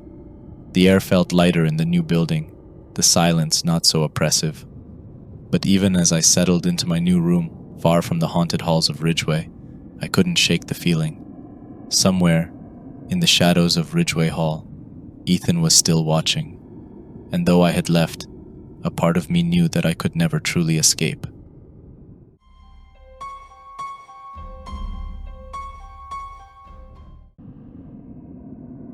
The clock had just struck 9:30 p.m. as Eric and I walked down the fog-filled streets, our jackets zipped tight against the night's chill. The city was unusually quiet, the mist swallowing sound and muting the neon lights that flickered above closed storefronts. I stuffed my hands deeper into my pockets, the anticipation building inside me. It was Eric's idea to come out here, to find the infamous diner that only opened at night. I wasn't convinced it was a good idea, but curiosity gnawed at me. "What's the deal with this place again?" I asked, my voice barely above a whisper, though I couldn't say why. Maybe it was the fog, or the unsettling silence around us. Eric shot me a grin, his breath visible in the cold air. "Rumor has it the diner opens at exactly 10 p.m. and closes before dawn. Some people say it's older than the city itself." He paused for effect. "And, of course, the rules." The rules. That's what everyone talked about. Online forums, late-night campus discussions, and even random whispers at parties. The 10 p.m. diner's rules were legendary, each more bizarre than the last. Yet despite all the speculation, no one seemed to know why they existed or who enforced them. Some said it was just a quirky tradition to attract business. Others hinted at something darker, a power that the diner held over its patrons. "You think it's just a gimmick?" I asked, trying to sound casual. "Probably," Eric replied. "But isn't that part of the fun? Come on, where's your sense of adventure?" I forced a smile, more to convince myself than him. The idea of the rules didn't sit right with me.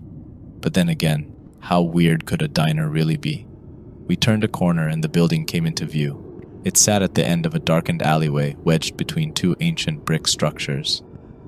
"There it is," Eric said, nodding toward the dim glow ahead.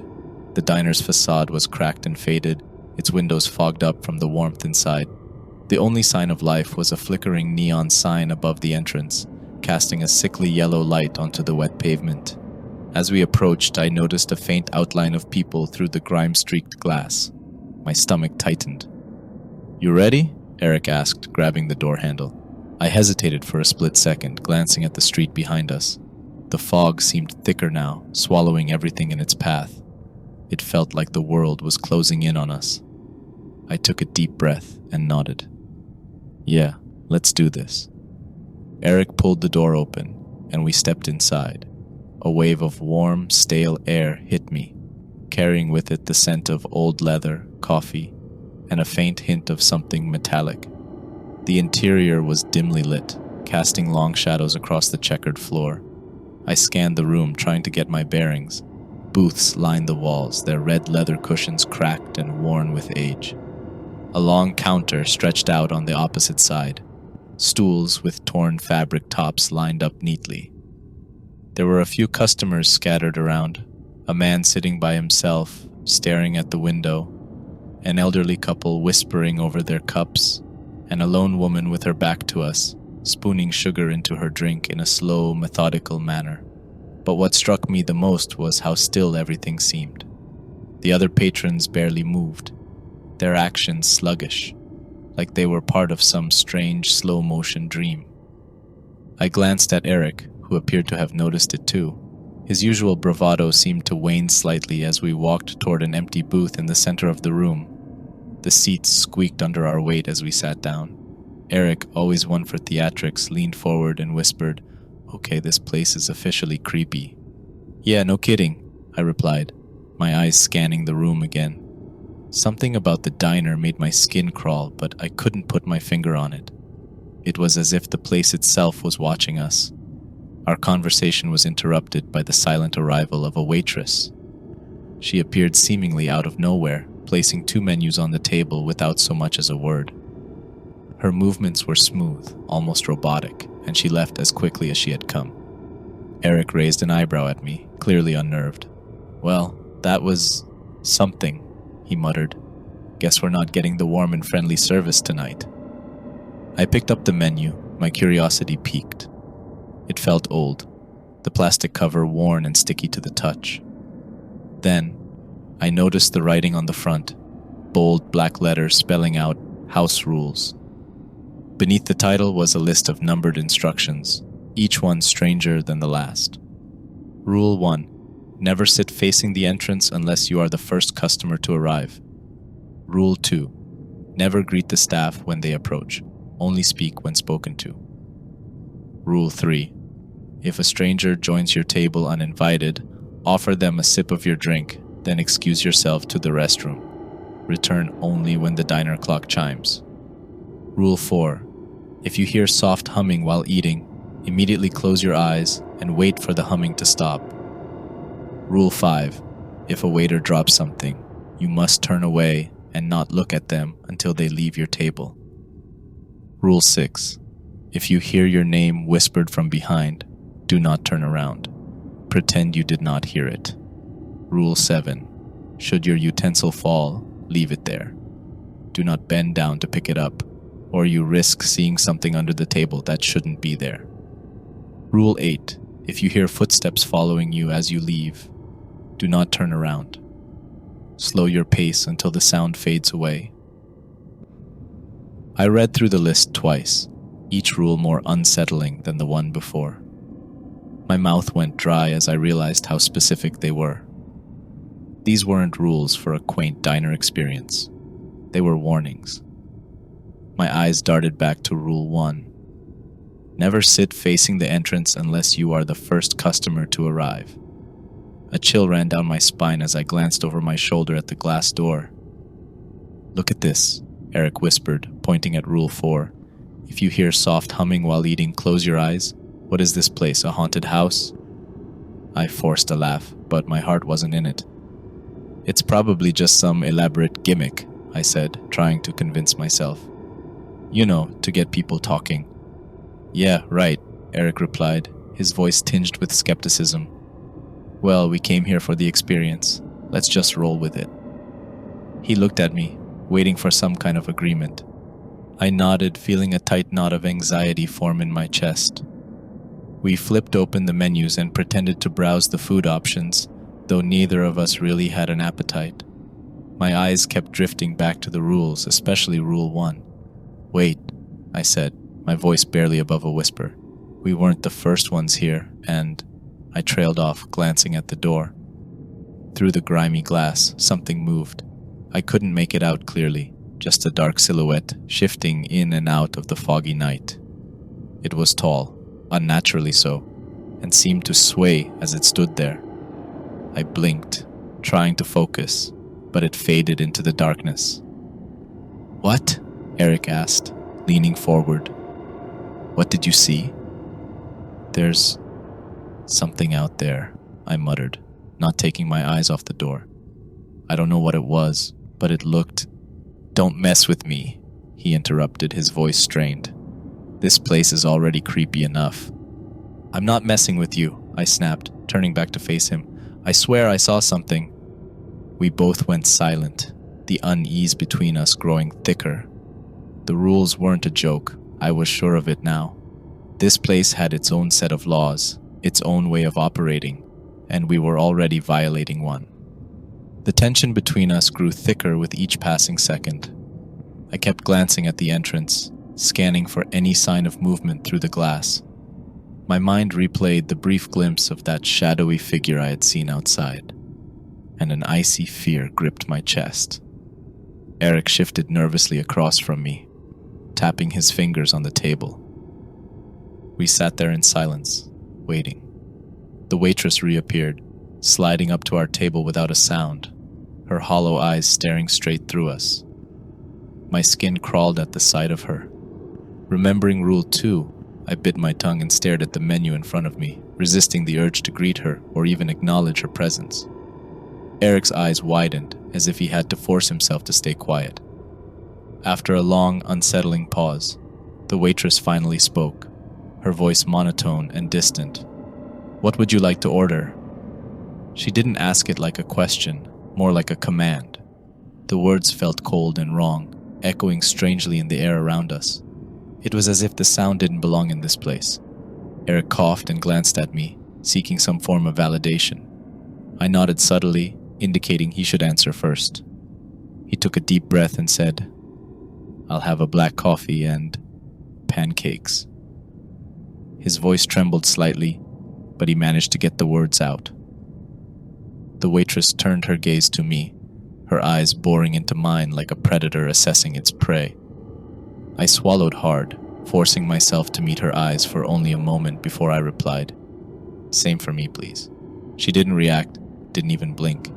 She just scribbled something onto her notepad and turned to leave. As she walked away, I felt an overwhelming sense of relief, as though a great weight had lifted off my chest. I exhaled slowly, my heartbeat gradually returning to a more regular rhythm. "That was weird," Eric muttered, breaking the silence between us. "Did you see how she looked at us?" I nodded, rubbing my hands together to warm them. "Yeah, like she was judging us for even being here," I replied, keeping my voice low. And the way she spoke, it was like she didn't care what we ordered. Almost like it didn't matter. We sat in silence for a few minutes, staring at each other, too afraid to voice the questions racing through our minds. We both knew something wasn't right. This place felt wrong, like it was bending reality in subtle ways, making us question our perceptions. After what felt like an eternity, the waitress returned with our orders. She placed the coffee cups and plates in front of us with meticulous precision, her movements almost robotic. "Enjoy your meal," she intoned before turning on her heel and drifting back to the shadows. "Did you hear that?" Eric whispered, leaning closer to me. She said, "Enjoy your meal." It's like she was forcing herself to say it. I nodded, my eyes locked on the steaming cup of coffee in front of me. I had an overwhelming urge to down the coffee and leave, to get as far away from this diner as possible. But something inside me, perhaps morbid curiosity, kept me rooted in my seat. I picked up my fork and prodded at the pancakes, watching the syrup ooze slowly down the sides. Then it started. A soft, melodic humming filled the air around us. My heart skipped a beat as I remembered Rule 4. If you hear soft humming while eating, immediately close your eyes and wait for the humming to stop. "Eric!" I hissed, grabbing his wrist. His eyes widened in alarm as he too began to hear the sound. "Close your eyes, now." He stammered, his fork frozen in midair. "Just do it," I snapped, shutting my own eyes tightly. I heard Eric mutter a curse before he followed suit. The humming grew louder, swelling into a haunting lullaby that reverberated through my skull. It was everywhere, in the air, in my ears, inside my own head. My grip on the fork tightened until my knuckles turned white. I kept my eyes squeezed shut, trying to focus on anything but the unnerving sound. I felt a cold presence sweep through the room, like a gust of wind in an enclosed space. My skin prickled and the air grew thick and suffocating. Every instinct screamed at me to open my eyes, to look at what was happening around us, but I knew that would break the rule. I had to stay still. I had to endure. The humming seemed to circle our table, changing in pitch and rhythm as if it was studying us, trying to coax us into making a mistake. My breathing grew ragged, my chest tightening with fear. I wanted to reach out to Eric, to feel some form of connection, but I was too afraid to move. Then, as abruptly as it had begun, the humming ceased. I held my breath, waiting, listening. I heard Eric's shaky breathing beside me, but no other sound disturbed the air. "It's over," he whispered, his voice barely audible. "I think we can open our eyes now." I hesitated, then slowly cracked my eyes open. The diner was exactly as it had been before, but it felt different, colder, darker. I glanced at Eric, who looked as pale as a ghost. His eyes were wide, darting around the room in a panic. "Did you feel that?" he asked, his voice trembling. It was like something was right here. "Yeah," I replied, my mouth dry. I glanced at the other patrons, expecting to see them staring at us, judging us for our fear. But they all sat motionless, eating their meals as if nothing had happened. I glanced down at my plate, my appetite completely gone. The pancakes looked wrong somehow, grayer, like the color had drained from them. I pushed the plate away, my stomach churning. "Let's get out of here," Eric muttered, his eyes darting nervously to the entrance. "I don't care about the rules anymore. I want to leave." I opened my mouth to agree when the waitress returned, appearing silently at the edge of our table. My heart nearly stopped. "Rule 2, I reminded myself. "Don't speak unless spoken to." I clamped my mouth shut and waited, my heart pounding in my ears. "Would you like anything else?" she asked, her voice devoid of emotion. I shook my head, avoiding her gaze. She lingered for a moment, her presence sending a chill down my spine, before turning away and gliding back to the counter. "Okay, that's it," Eric whispered harshly. "We're leaving, now." I nodded, feeling a lump form in my throat. As we prepared to stand up, I glanced at the menu again, my eyes catching the list of rules. Rule 8 loomed in my mind like a warning. If you hear footsteps following you as you leave, do not turn around. Slow your pace until the sound fades away. We weren't done yet. The worst was yet to come.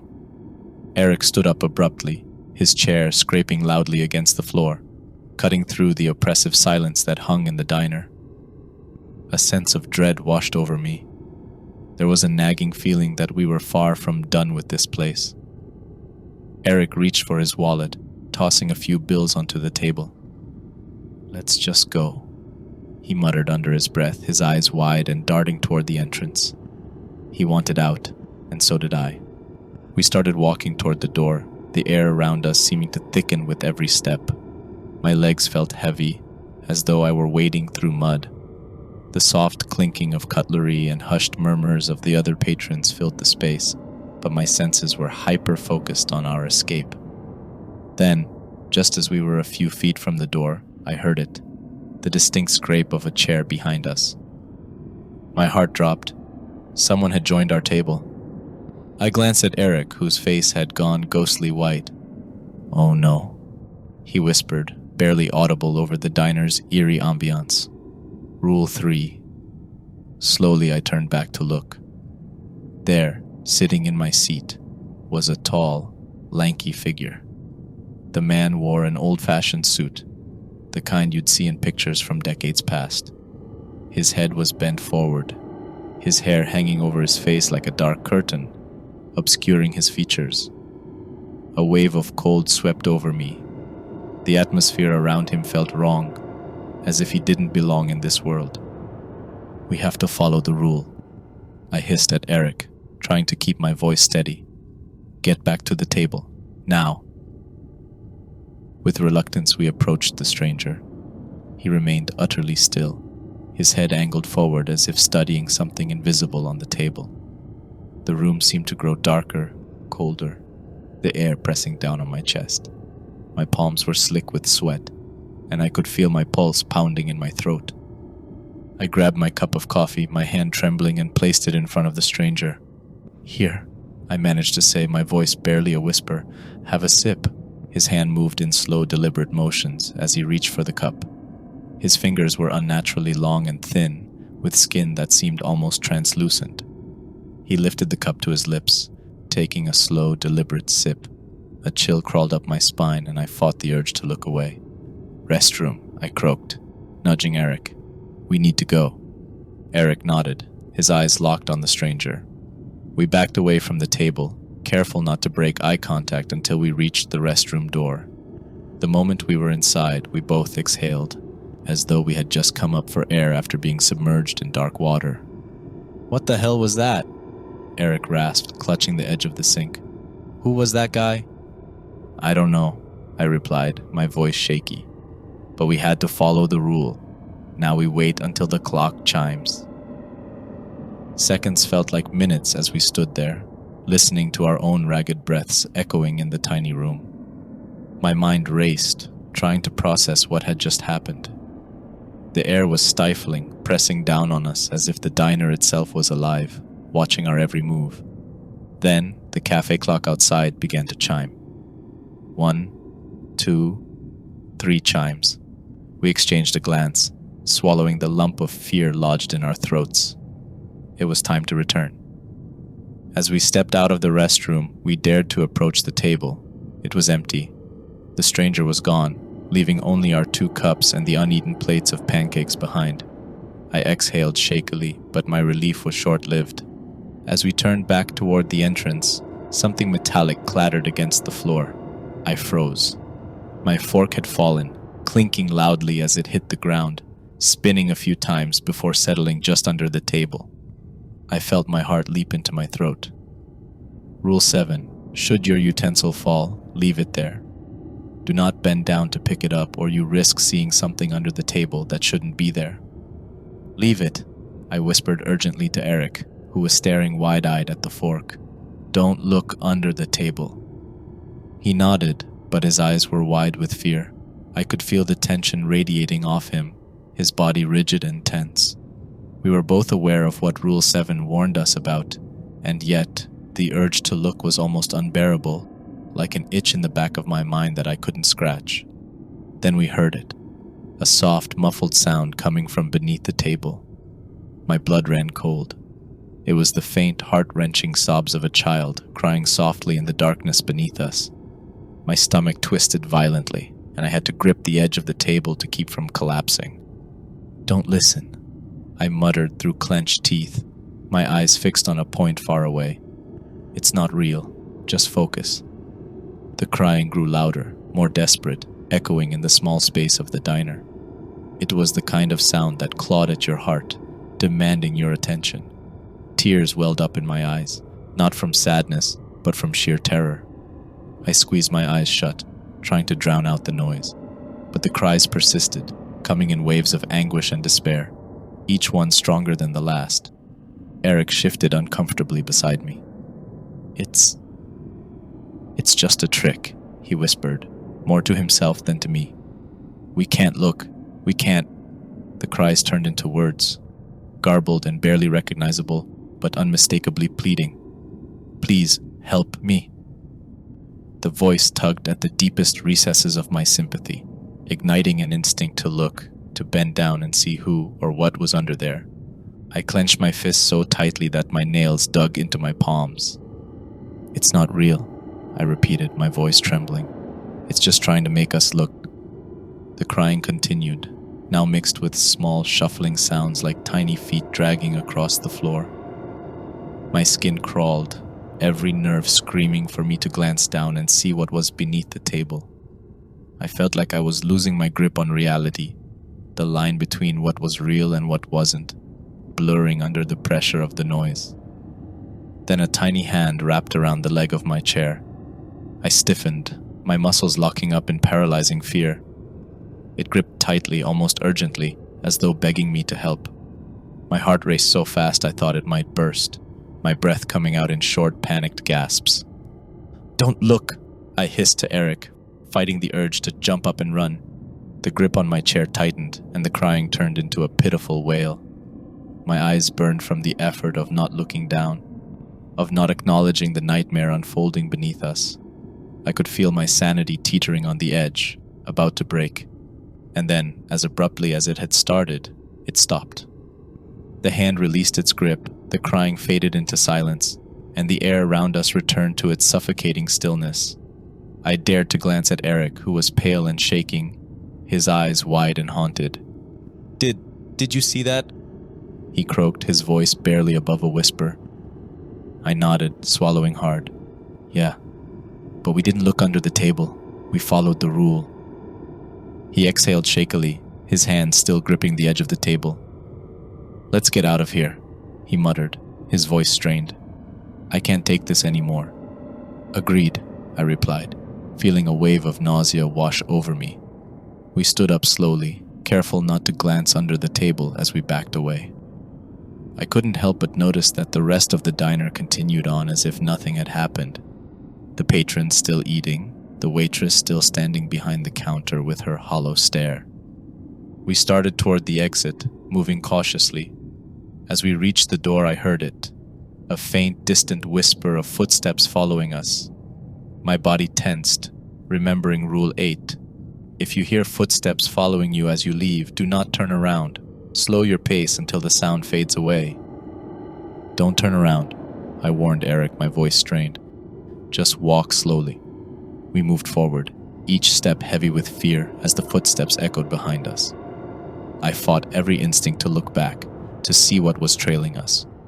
But I knew if we did, we'd break the rule, and whatever awaited us on the other side of that broken rule would be far worse than anything we'd encountered so far. The door was just a few feet away. My hand reached out, grasping the cold handle, and I pushed it open. The footsteps stopped as we crossed the threshold into the foggy night. I turned to Eric, both of us breathing heavily, our faces pale and drawn. "Let's go," I muttered, my voice barely holding together. "And never come back." We hurried down the street, the diner's oppressive aura fading behind us. Neither of us spoke, too afraid of what we might say, of what might still be lingering in the air around us. As we rounded the corner, I chanced a final glance back. The diner stood silent, its dim neon sign flickering in the fog. For a moment, I thought I saw a shadow at the window, staring out, watching us. I looked away and quickened my pace. Whatever had happened in there, I knew one thing for certain: we were never coming back.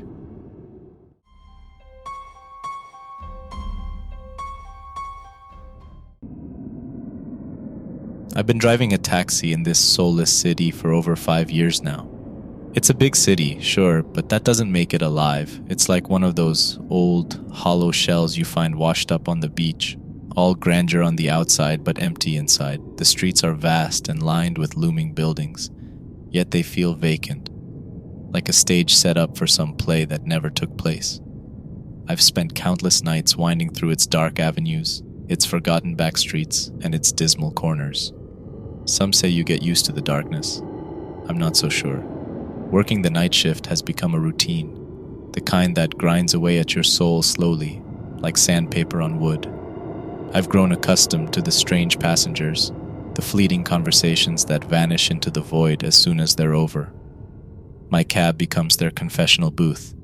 I'm their silent priest, hearing secrets, lies, laughter, and fear. But tonight, something felt different. The air carried a certain weight, an eerie chill that seeped through the car windows as I cruised through the empty streets. It was around 11 p.m., and I was waiting for my first fare of the night. I always start my shifts with a quick stop at my usual coffee stand, a little joint tucked away on the corner of Elm Street. It's become a sort of ritual, a cup of black coffee to kickstart the night.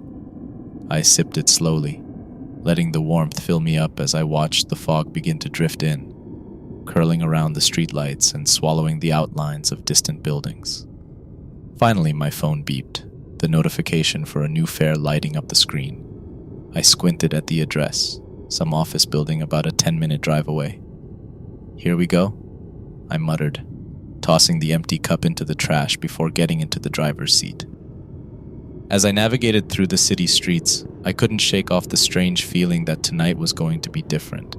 The fog grew denser as I drove, blurring the edges of everything around me, creating a world where shapes and shadows mingled. When I arrived at the pickup point, a middle-aged man stood on the curb, impeccably dressed in a crisp suit and tie. He looked out of place here, like he belonged to a different era, a different city. I glanced at him through the passenger window, noting the sharpness of his attire. "Evening," I greeted him as he climbed into the back seat. He didn't respond immediately, just nodded slightly and settled in.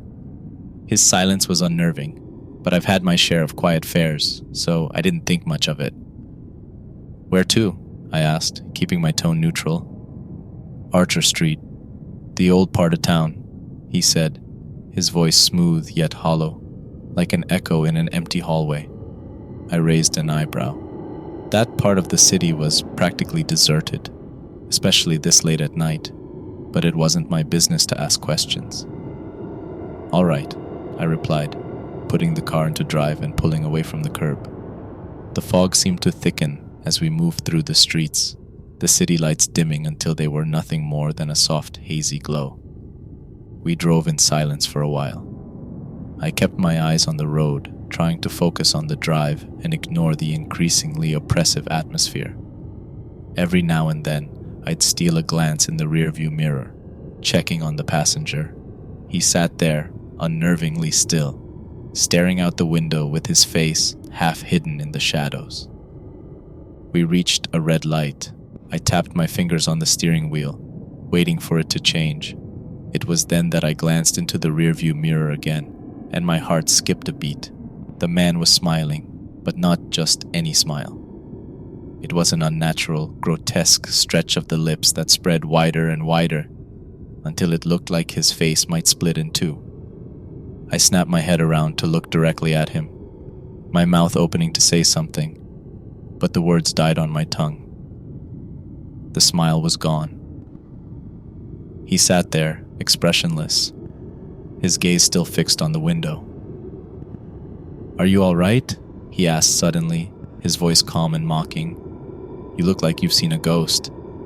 I swallowed, forcing a laugh that came out strained. "Yeah, I'm fine. Just a bit tired," I replied, turning back to face the road. I could feel my hands trembling slightly as I gripped the wheel tighter. I hit the gas as soon as the light turned green, my eyes darting nervously to the mirror every few seconds. But the man's face remained blank, emotionless, as though nothing strange had happened. We arrived at his destination, a quiet, dimly lit street in the old part of town. I slowed the car to a stop, taking in the sight of run-down buildings and shuttered windows. The place had an abandoned, forgotten feel to it. Why would a man like him want to be here? "Take care now," he said softly, almost mockingly, as he opened the door and stepped out. He paused for a moment, looking back at me, and I felt a chill run down my spine. Then he walked off into the darkness. I sat there for a moment, staring at his retreating figure until it disappeared into the fog. My hands felt clammy against the steering wheel. I have seen my share of odd passengers, but something about this one left a mark, like an ink blot on the back of my mind that wouldn't fade.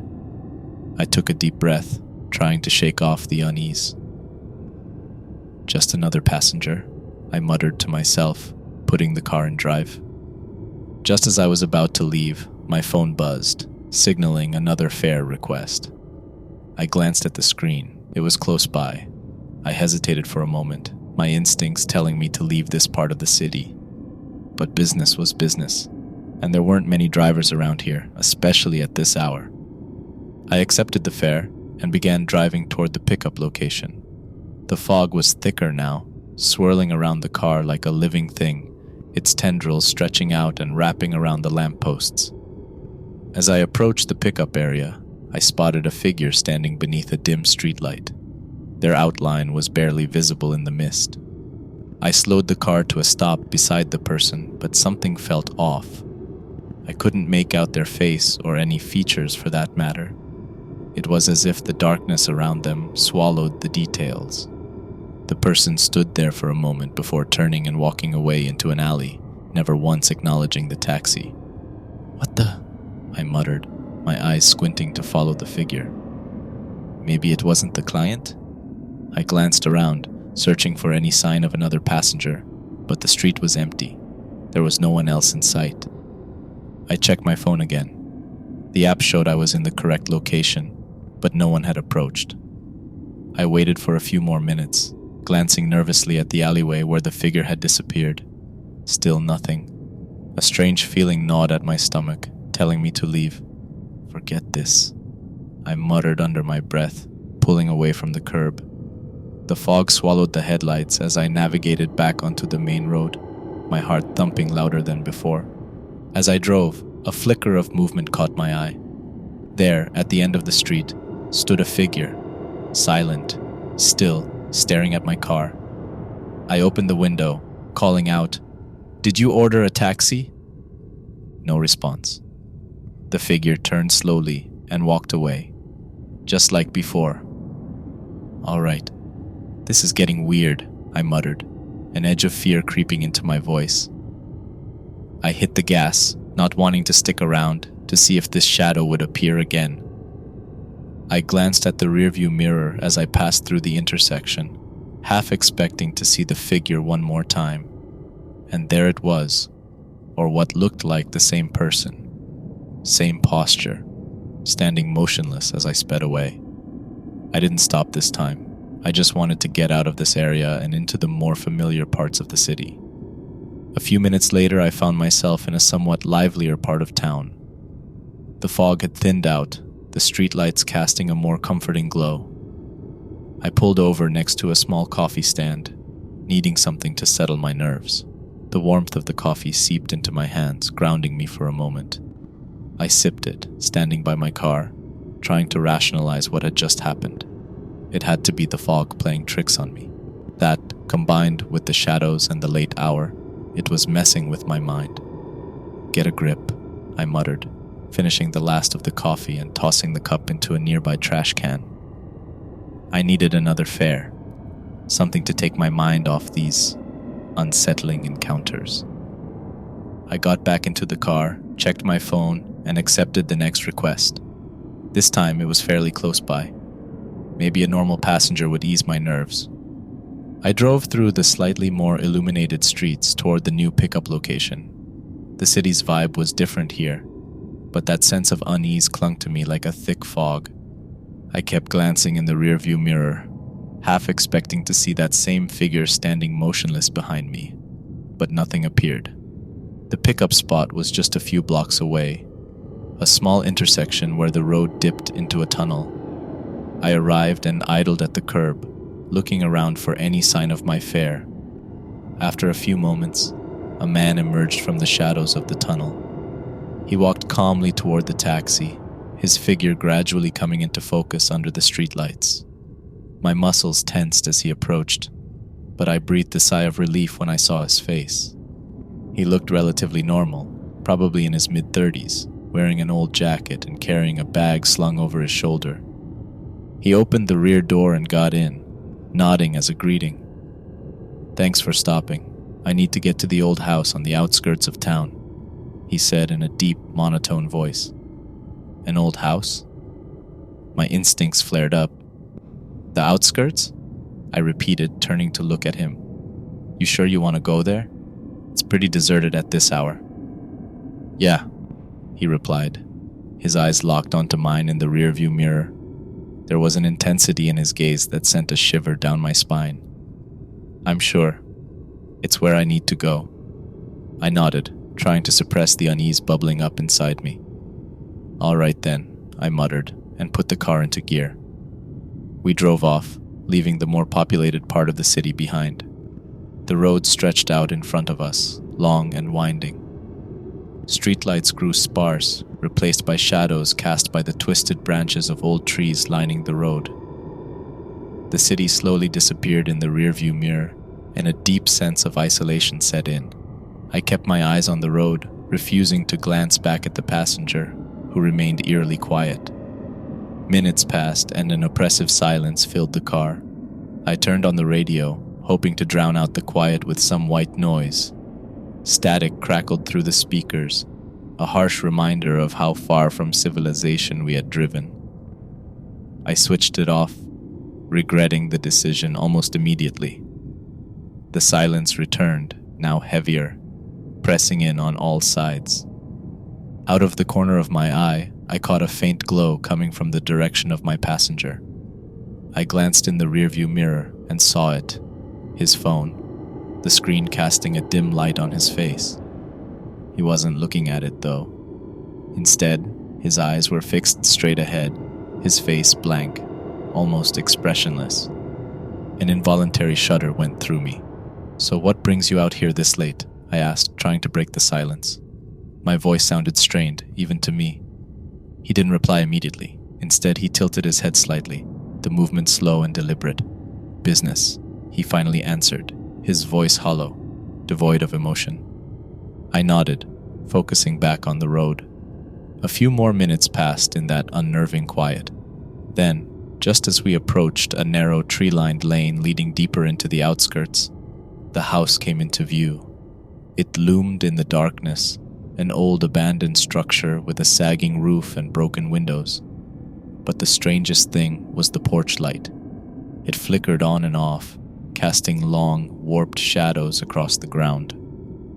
I knew this area well, and there was no electricity out here. The sight made my skin crawl.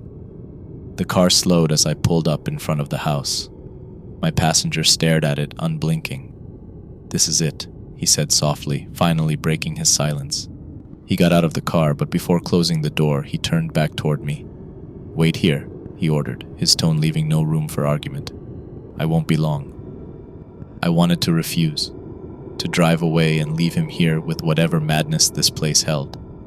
But something in his eyes held me captive. I nodded reluctantly, and he shut the door, walking toward the house. I watched him disappear into the shadows on the porch. As I sat there, a strange sensation washed over me. It felt as if the darkness around the house was alive, pressing in on the car, squeezing the air out of my lungs. My hand instinctively reached for the radio, but I stopped myself. No static was going to make this feeling go away. Minutes dragged by, each one feeling like an eternity. My heart pounded louder with each passing second. The porch light flickered again, and I glanced toward the house, hoping to see my passenger returning. Instead, I saw something that made my blood run cold. A faint glow appeared in one of the upstairs windows, and then a silhouette. It was the passenger. He stood there, staring down at the car, his face obscured by the shadows. How did he get up there so fast? And why was he just staring? "All right, enough of this," I muttered to myself. I leaned out of the window and yelled, "Hey, come on, let's go." My voice echoed in the stillness, but there was no response. He just continued to stare, unmoving. A part of me screamed to leave, but I couldn't just abandon him here in this godforsaken place. I sighed, grabbing the flashlight from the glove compartment. "All right, just a quick check," I muttered, trying to convince myself that everything would be fine. I got out of the car, the door creaking loudly in the stillness of the night. The porch groaned under my weight as I stepped up to the entrance. The front door stood slightly ajar, revealing a dark, musty hallway beyond. I swallowed hard, my throat dry, and pushed the door open with a shaky hand. "Hello?" My voice echoed into the silence, disappearing into the dark corridors of the house. I hesitated for a moment, every instinct screaming at me to turn around and leave, but I took a step forward. The air inside was stale, carrying the scent of decay and neglect. As I moved cautiously through the hallway, the beam of my flashlight scanned the dust-covered surfaces. It caught the edge of a small round table in the corner. On it lay an old, yellowed newspaper. I stepped closer, the light illuminating the paper's front page. My heart skipped a beat.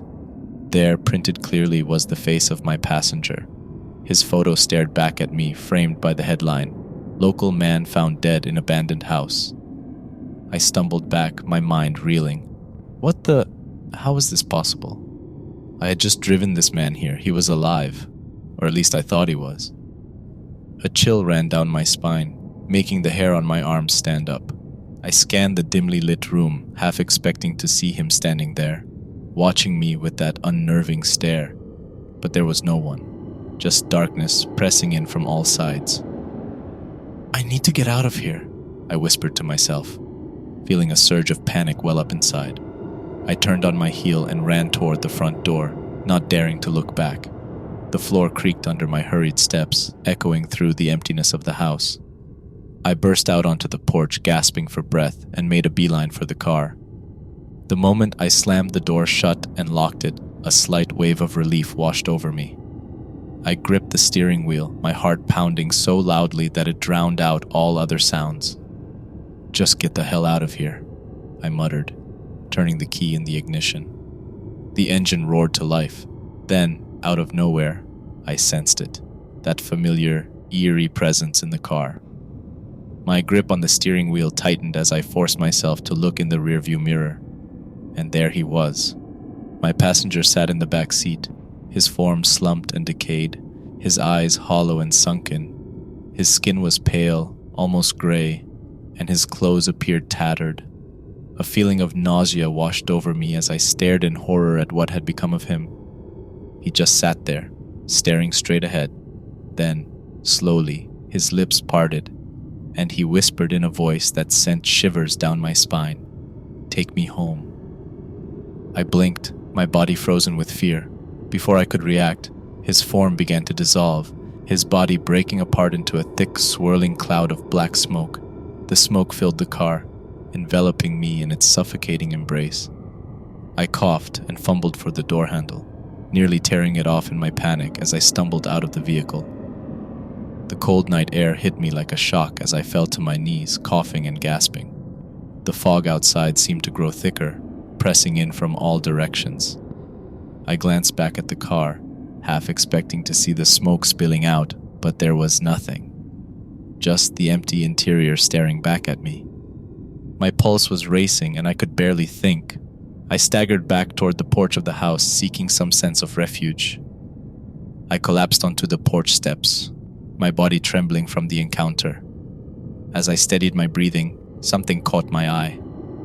There, lying on the wooden steps, was another newspaper. My stomach churned as I reached out with a shaky hand to pick it up.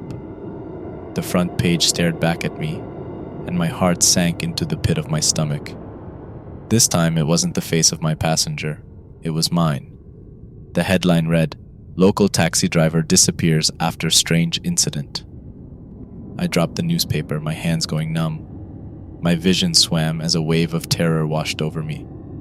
"No, this can't be happening," I muttered, shaking my head in disbelief. My mind reeled, trying to make sense of it all. Was this some sort of twisted joke, a hallucination?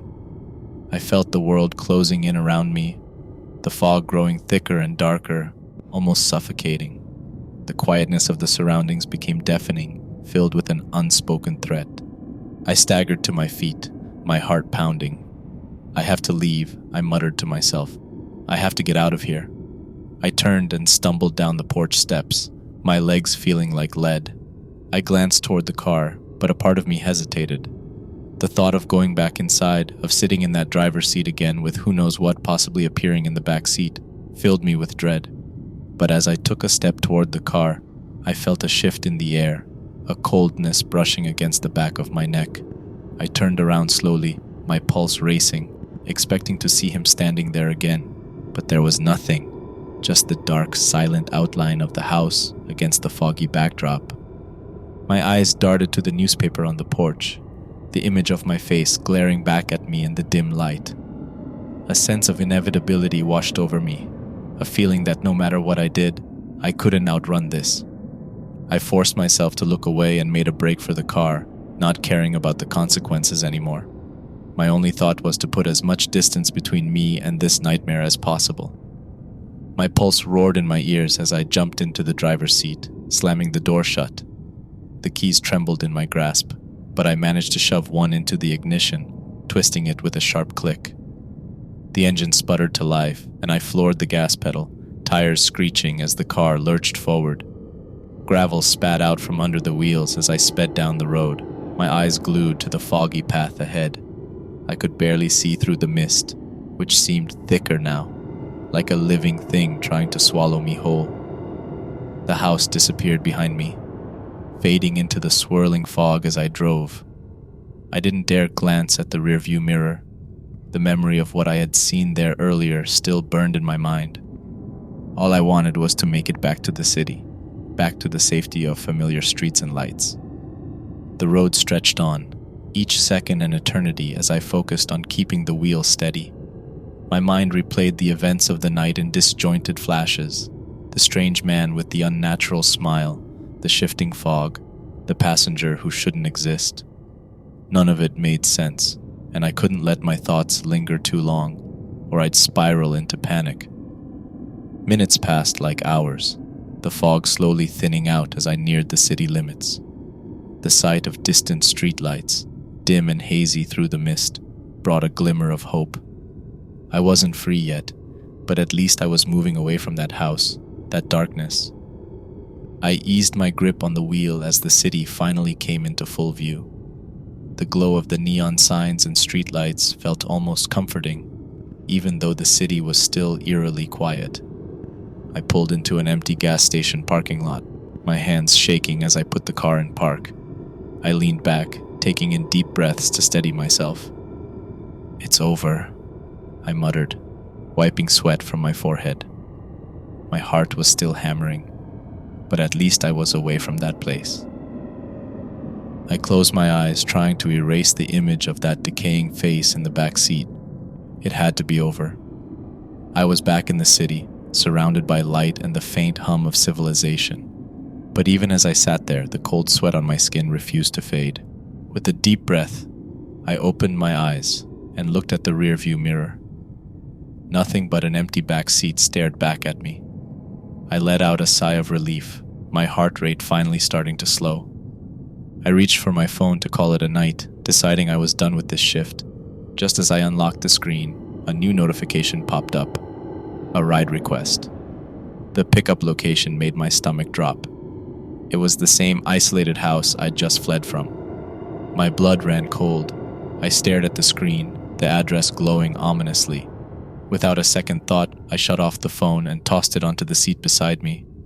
"That's it," I muttered, starting the engine. "I'm done." I drove off, vowing to never work as a taxi driver again. Some fares just weren't worth the cost.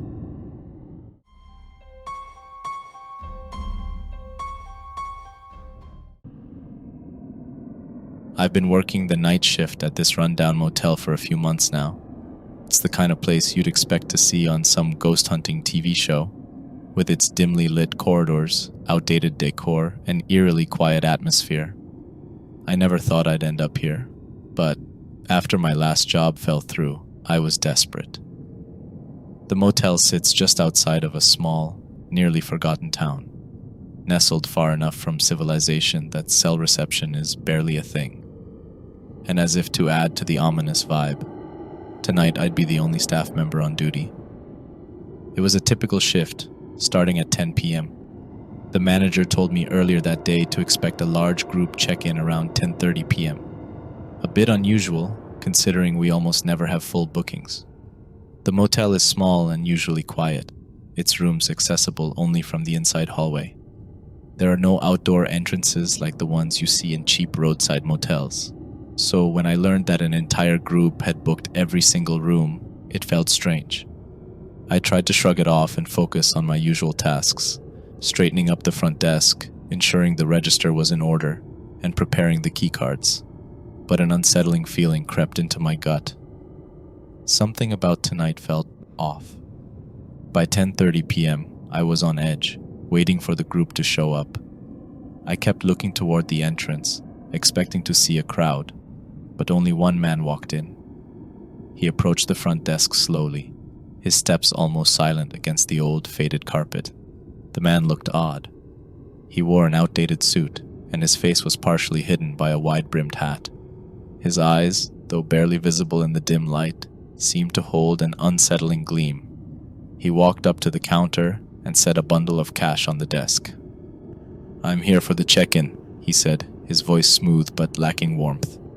"Right," I replied, eyeing the stack of cash. "You're with the group, correct?" I glanced around, hoping to see others entering behind him, but the entrance remained empty. "They'll arrive later," he answered, his lips curling into a grin. "No need to worry, I'll handle everything." Normally, we require IDs for all guests checking in, but paying upfront with cash, we usually turn a blind eye, especially when business is this slow. "Okay, I'll get you checked in. Here's the key to room 105. I pushed the key card toward him, still feeling uneasy. "So when are the others arriving?" "They'll come in due time," he replied, turning to leave. "Oh, one more thing." He stopped mid-stride, glancing back at me, his grin widening. "I'll need to give you some instructions. I'll be back in 10 minutes. Before I could say anything, he disappeared down the hallway. I watched him go, his figure vanishing into the shadows cast by the dim hallway lights. An eerie silence filled the lobby. 10 minutes passed, and then 15. I glanced at the clock on the wall, its ticking suddenly louder than usual. An eerie silence filled the lobby, broken only by the occasional creak of the old building settling around me. That's when I heard it. The faint sound of children giggling. My head snapped up, my eyes darting toward the entrance. I stood up from my chair, straining to see through the glass doors, but the dim light from the parking lot revealed nothing. I felt a prickle of fear rise on my skin. Maybe some of the guests had brought kids with them, I told myself, trying to rationalize it, but I knew something was off. Suddenly, the man appeared in front of the desk, almost out of thin air. I jumped, my heart slamming against my ribs. "Did I scare you?" he asked, a smirk curling at the edges of his lips. His eyes gleamed under the shadow of his hat. I forced a laugh. "No, not really," I lied, trying to play it cool. He leaned forward, his gaze piercing through the dim light of the reception area. "Listen closely," he began, his voice low and deliberate. "This group I'm with, they're a bit different. There are certain rules you need to follow for the rest of the night." With that, he pulled out a folded piece of paper and handed it to me. "Read it," he said, his grin widening as he watched me take the paper. The look on his face sent a chill crawling down my spine. "Okay," I replied hesitantly, holding the paper between my fingers. "Pay attention," he added before turning and walking away, his head still turned towards me until he vanished into the hallway. I stared after him, my mouth dry, feeling like I'd just been dropped into some kind of twisted game. Shaking off the feeling, I set the paper down on the counter and added it to a pile of other documents. Thank you notes, customer requests, things I usually ignored until the end of my shift. I had other work to do, like finalizing the check-in, so I turned my attention back to my paperwork, hoping to lose myself in the monotony. Minutes passed, and the eerie silence returned. Then I heard it, the sound of footsteps coming from the hallway. I sighed, knowing the strange man was the only guest at the moment. Great, I thought, not looking forward to any more interactions.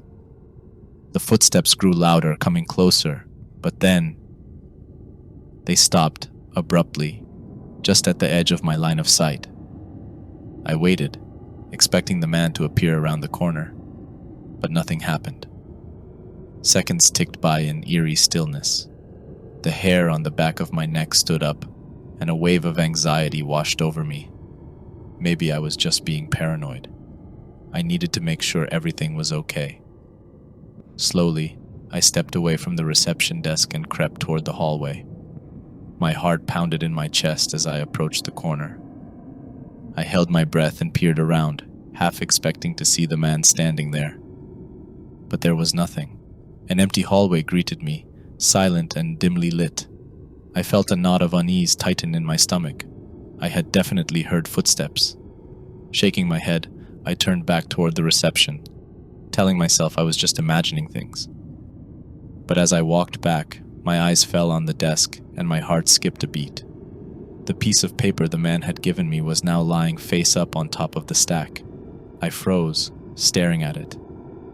I knew I had placed it beneath a pile of other papers, yet here it was, almost as if it wanted me to see it. Taking a deep breath, I approached the desk. My hand trembled as I picked up the paper. Maybe it was time to read whatever was on it. I unfolded the paper with shaky hands. It felt as though the paper itself radiated a faint chill, a subtle reminder of the man's unsettling presence. I swallowed hard and started to read the neatly typed list. Guest rules for the night. Rule 1. If you see any of us standing in the hallway at night, do not acknowledge us. We are there for a reason, and it has nothing to do with you. Rule 2. If you encounter a crying child in the lobby or hallway, do not approach. Simply turn around and hum softly to yourself until you are out of sight. My eyes widened as I remembered the faint giggling I'd heard earlier. I glanced nervously toward the lobby, half expecting to see a child standing there, but it was empty. My grip on the paper tightened as I continued reading. Rule 3. If you hear multiple voices coming from a single guest room, do not be alarmed. Speak only when the voice you recognize asks you a direct question. Rule 4. Do not leave the front desk between 1:30 a.m. and 2 o'clock a.m., even if you hear screams for help or for any other reason. I felt a cold sweat break out across my forehead. I checked the clock. It was just past midnight. I paused, looking over the remaining rules on the paper. There were more, but I couldn't bring myself to continue. This whole situation was spiraling into madness, and I wanted no part of it. I set the paper aside, shaking my head. No way was I going to deal with whatever sick game this was. I just needed to get through the night. I leaned back in my chair, trying to calm down. I closed my eyes, taking a few slow, deep breaths. It was almost midnight. The group that the man mentioned still hadn't arrived. Maybe he was just pulling some kind of bizarre prank on me. I didn't know, and I didn't care. I just had to get through the night.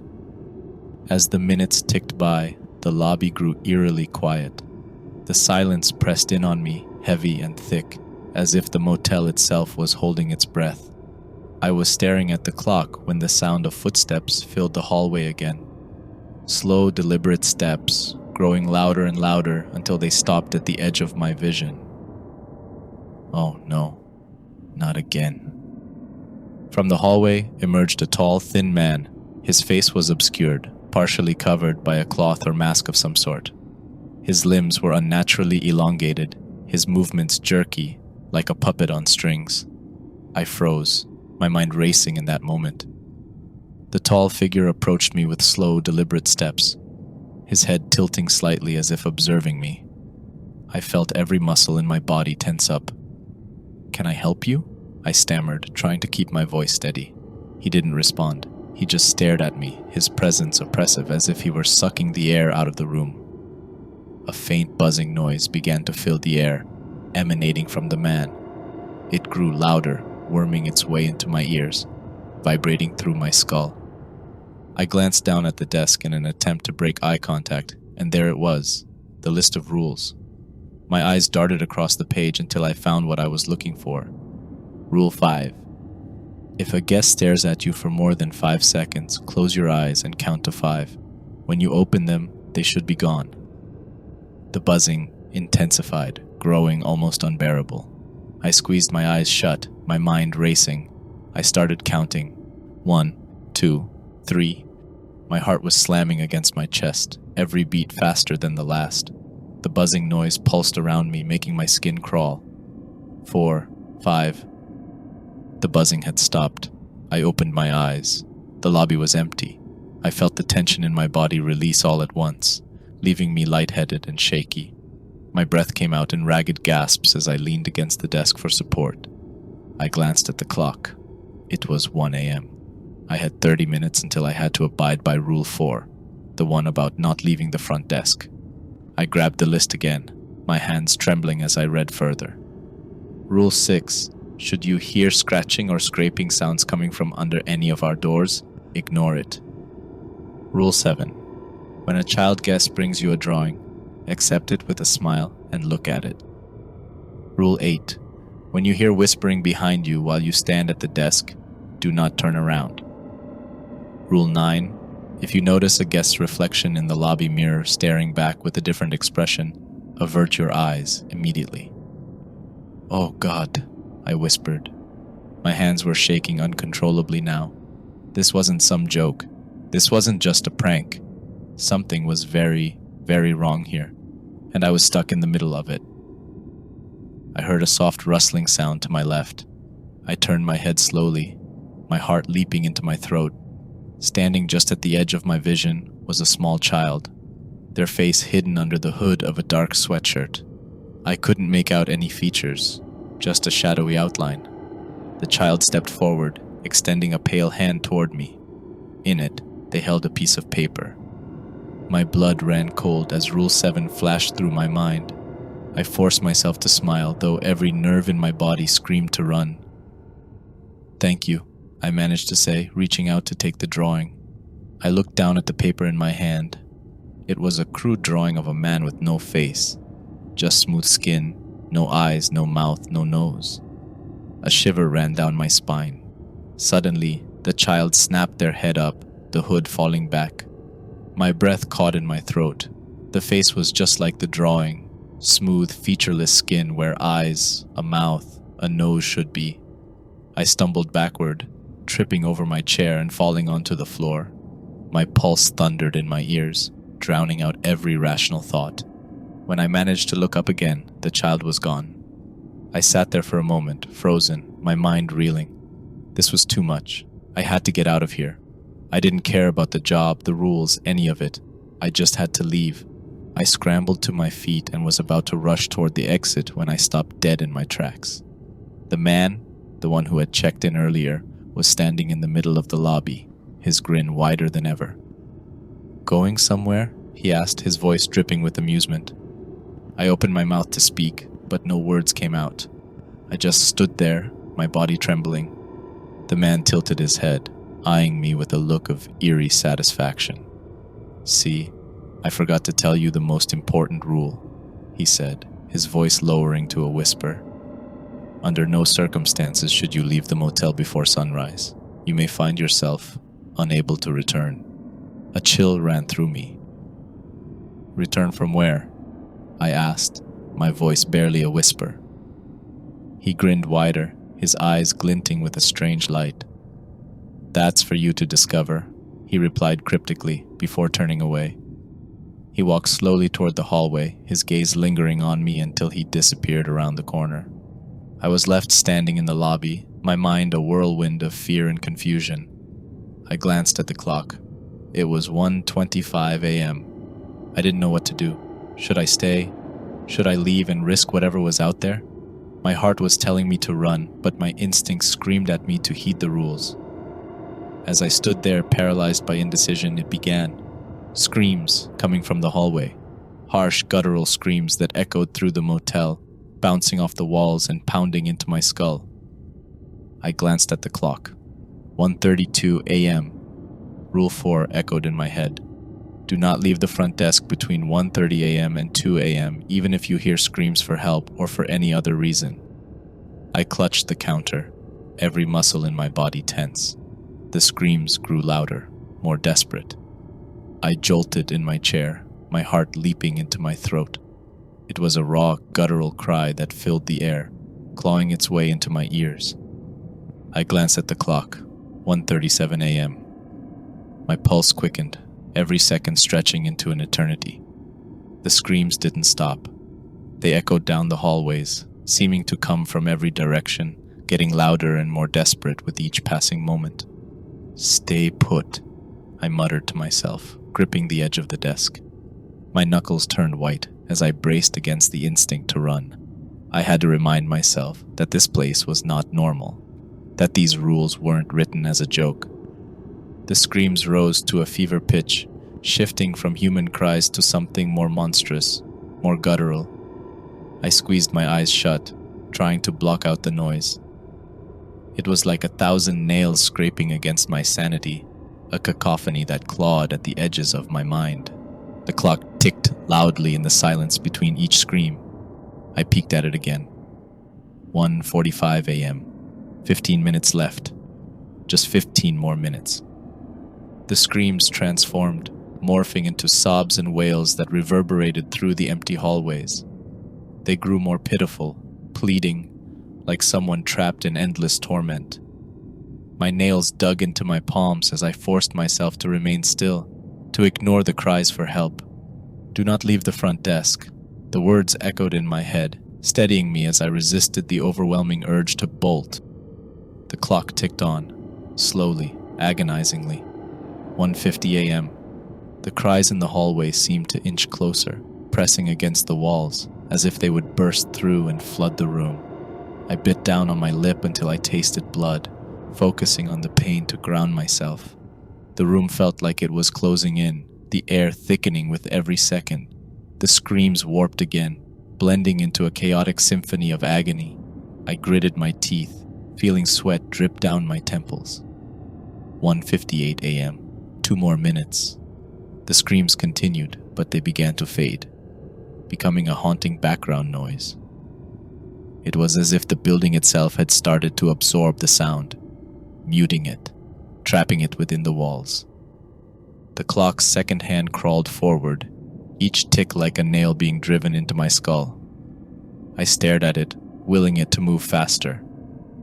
1:59 a.m. Almost there. Almost.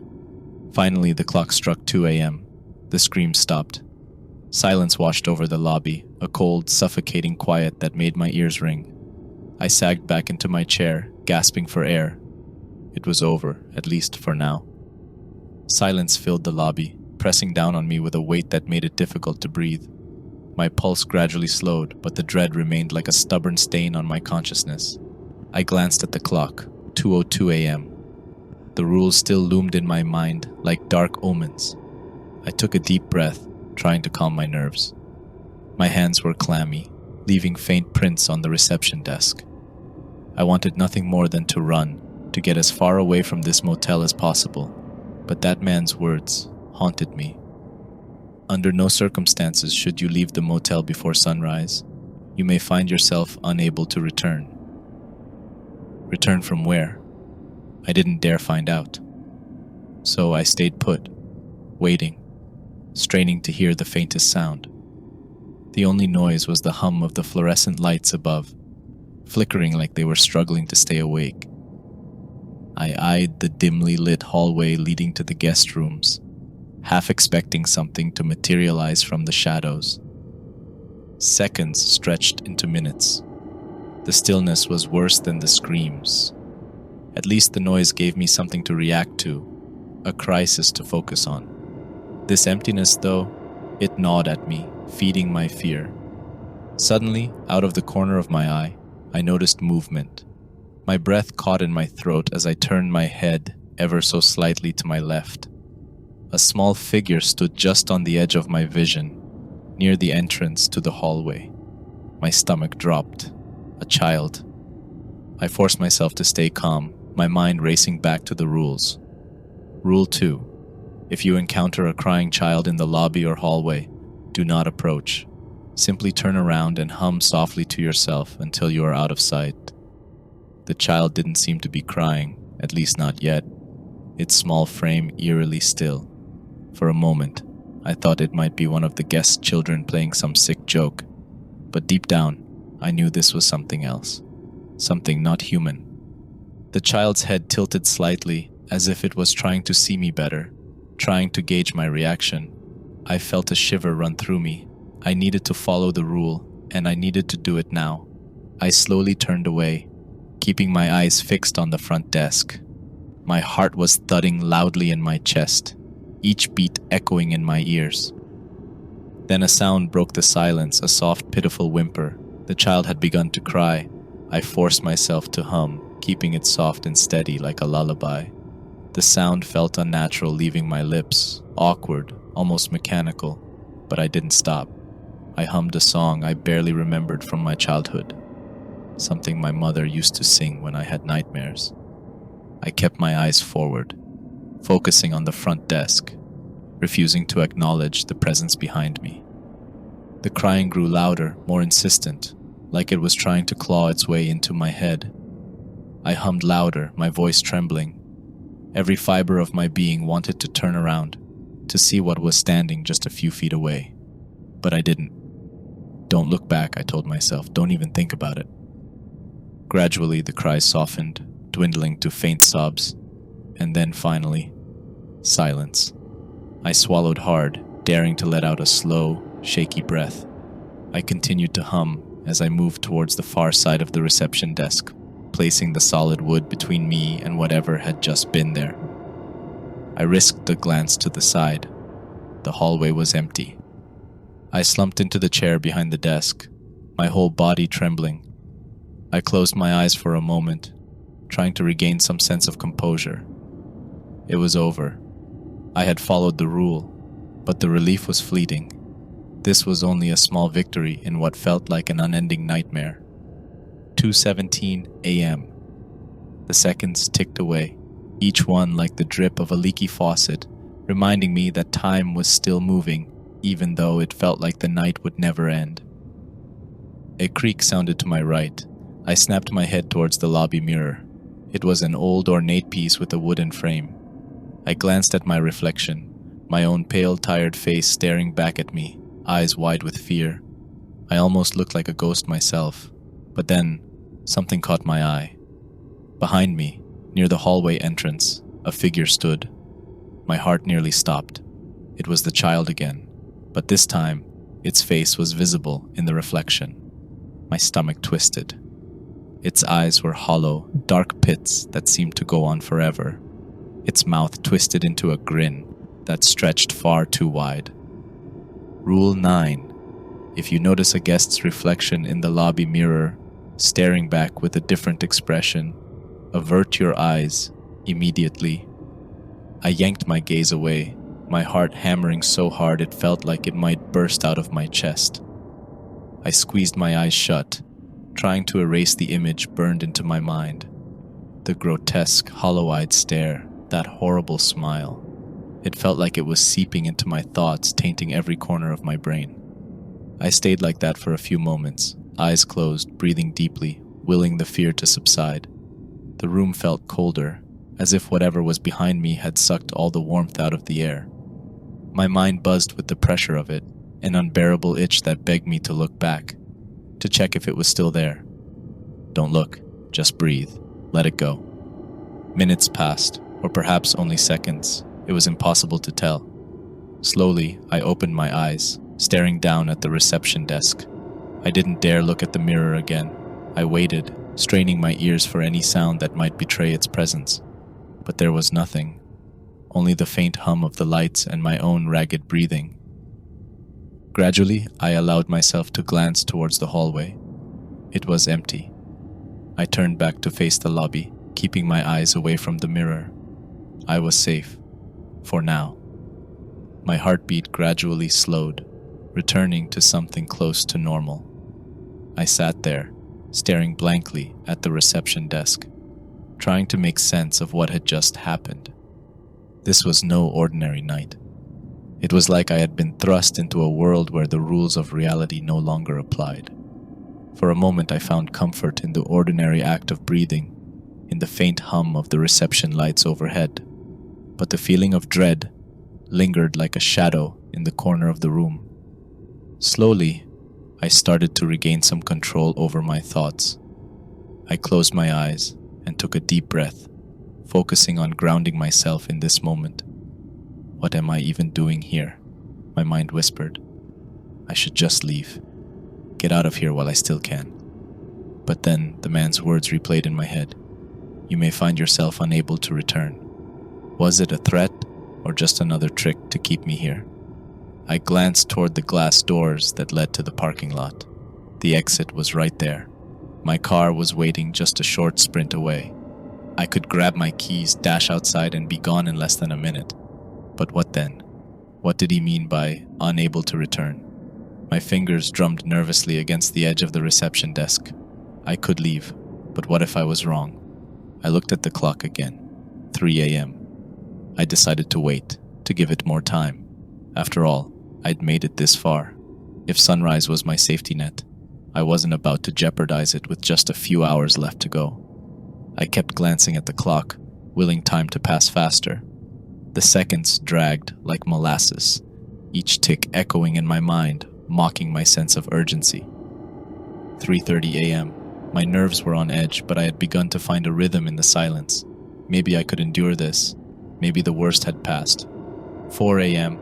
The hum of the lights, the rustle of papers on the desk, and even my own shaky breathing became a mantra, a reminder that I was still here, still holding on. 4:30 a.m.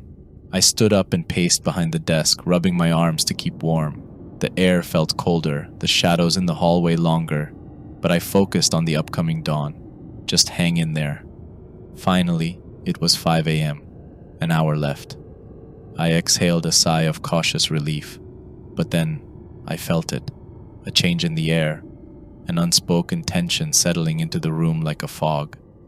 I turned my head towards the hallway, feeling my stomach clench with dread. The shadows shifted slightly, and then they emerged. The hallway was filled with figures, standing silently in the dim light. Men, women, children. They crowded together, facing my direction but remaining eerily still. My heart thudded in my chest as I remembered Rule 1. If you see any of us standing in the hallway at night, do not acknowledge us. We are there for a reason, and it has nothing to do with you."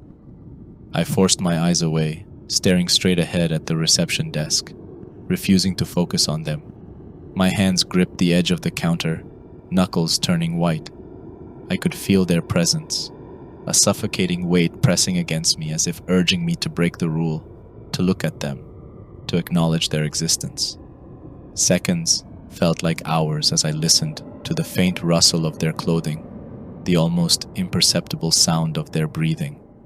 My mind screamed at me to run, to look, to do something, but I stayed still, staring forward, clinging to the hope that ignoring them would keep me safe.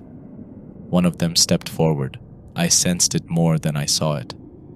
My peripheral vision caught the slight movement, the shift of a shadow in the corner of my eye. My chest tightened as my lungs refused to fill completely. I squeezed my eyes shut, my heart hammered in my ears, every muscle in my body tensed. Then I heard it, a whisper, soft, faint, like leaves rustling in the wind. It was right behind me. "Look at us," it hissed. "Look at what you've ignored." I bit my lip, the pain grounding me. Do not acknowledge them.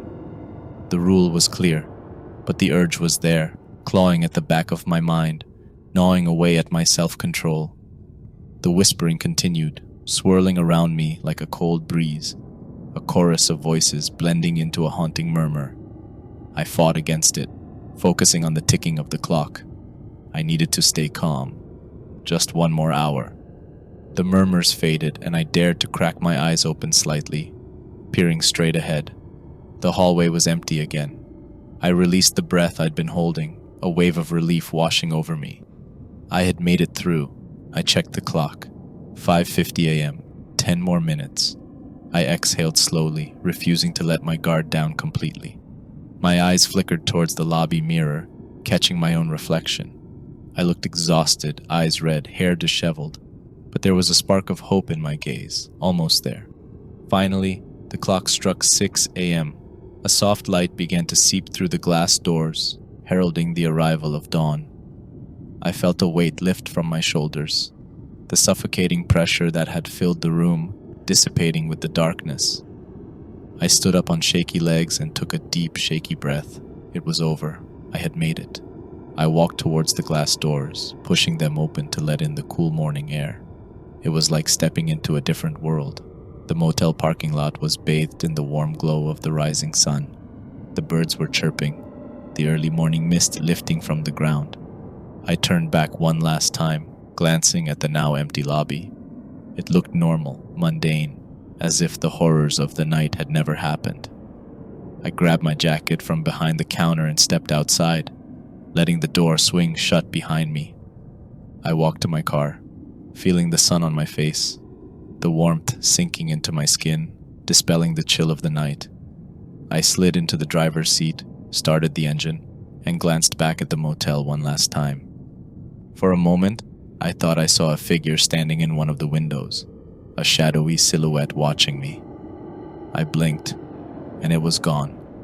Shaking my head, I pulled out of the parking lot and drove away. As the motel faded in the rearview mirror, I let out a shaky laugh. I had made it through the night, but one thing was clear: I was never coming back.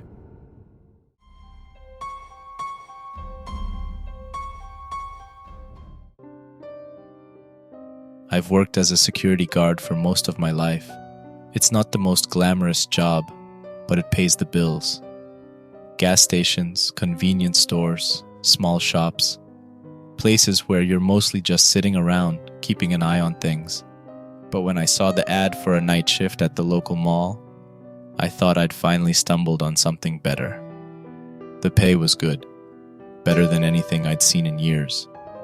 The hours weren't bad either, 11 p.m. to 6 a.m. It was just one building, and I figured it would be quiet and easy. How hard could it be? I could already imagine sitting back in the security office, watching the cameras, and walking around in a place that felt too big for the silence of the night. I applied immediately and got a call the next day. It was the manager, Mr. Hensley, asking if I could come in for an interview that afternoon. It seemed sudden, but I didn't question it. I needed the job, and the mall wasn't far from where I lived. I drove over, trying to shake the feeling that this was all happening too fast. Was the mall that desperate for a night guard? The interview was quick, almost rushed. Hensley asked about my experience, but it didn't feel like he was paying attention. He ran through the basics, checked the cameras every 15-30 minutes, do hourly patrols, nothing out of the ordinary. By the end of it, he looked at me and asked, "Can you start tonight?" That surprised me. Most places want time for paperwork or background checks, but I wasn't about to argue. "Sure," I said, trying not to sound too eager. He looked relieved. "Great, we're understaffed," he admitted, rubbing his temples like the day had been too long. "Last few guards didn't last. I hope you'll be different." His words gave me pause. What did he mean by that? But before I could ask, he handed me a key to the office and told me to report at 11 p.m. sharp. The quicker I started, the quicker I'd get paid, I told myself. I shook his hand, left the office, and went home to get a few hours of sleep before my shift. When I arrived at the mall, it was dark and deserted. The parking lot, which during the day was packed with cars, was almost entirely empty. A few scattered vehicles sat under the dim glow of the parking lights, but the space felt too big, too quiet. It made the building look like a sleeping giant, and for a second I considered turning around and going home. Something felt wrong. I brushed it off as first-day nerves and walked up to the employee entrance. Mr. Hensley met me at the door. He didn't say much, just led me through the winding corridors to the security office, explaining the basic protocols again as we walked.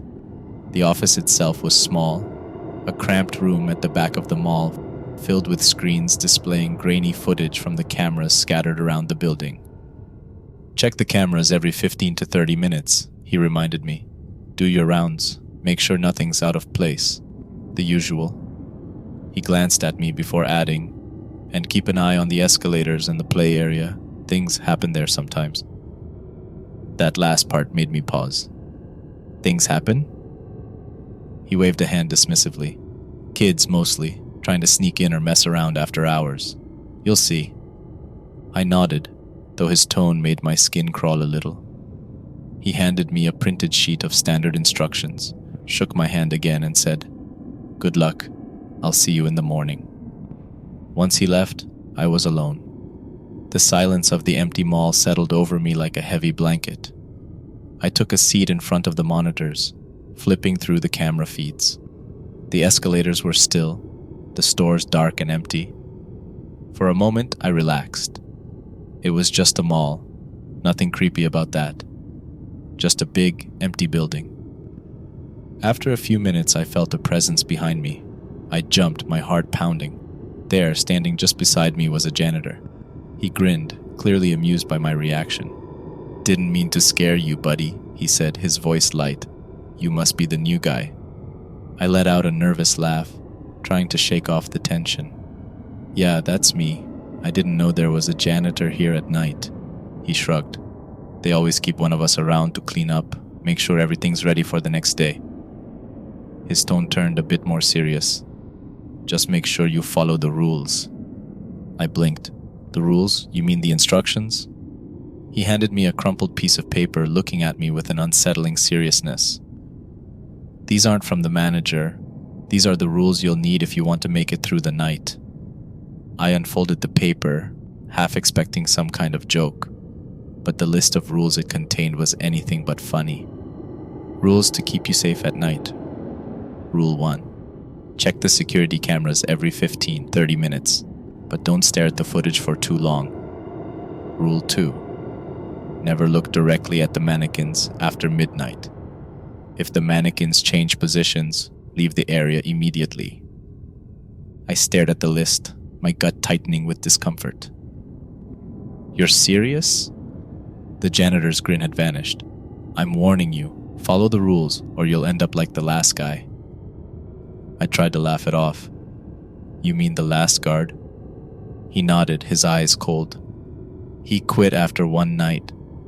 "Okay."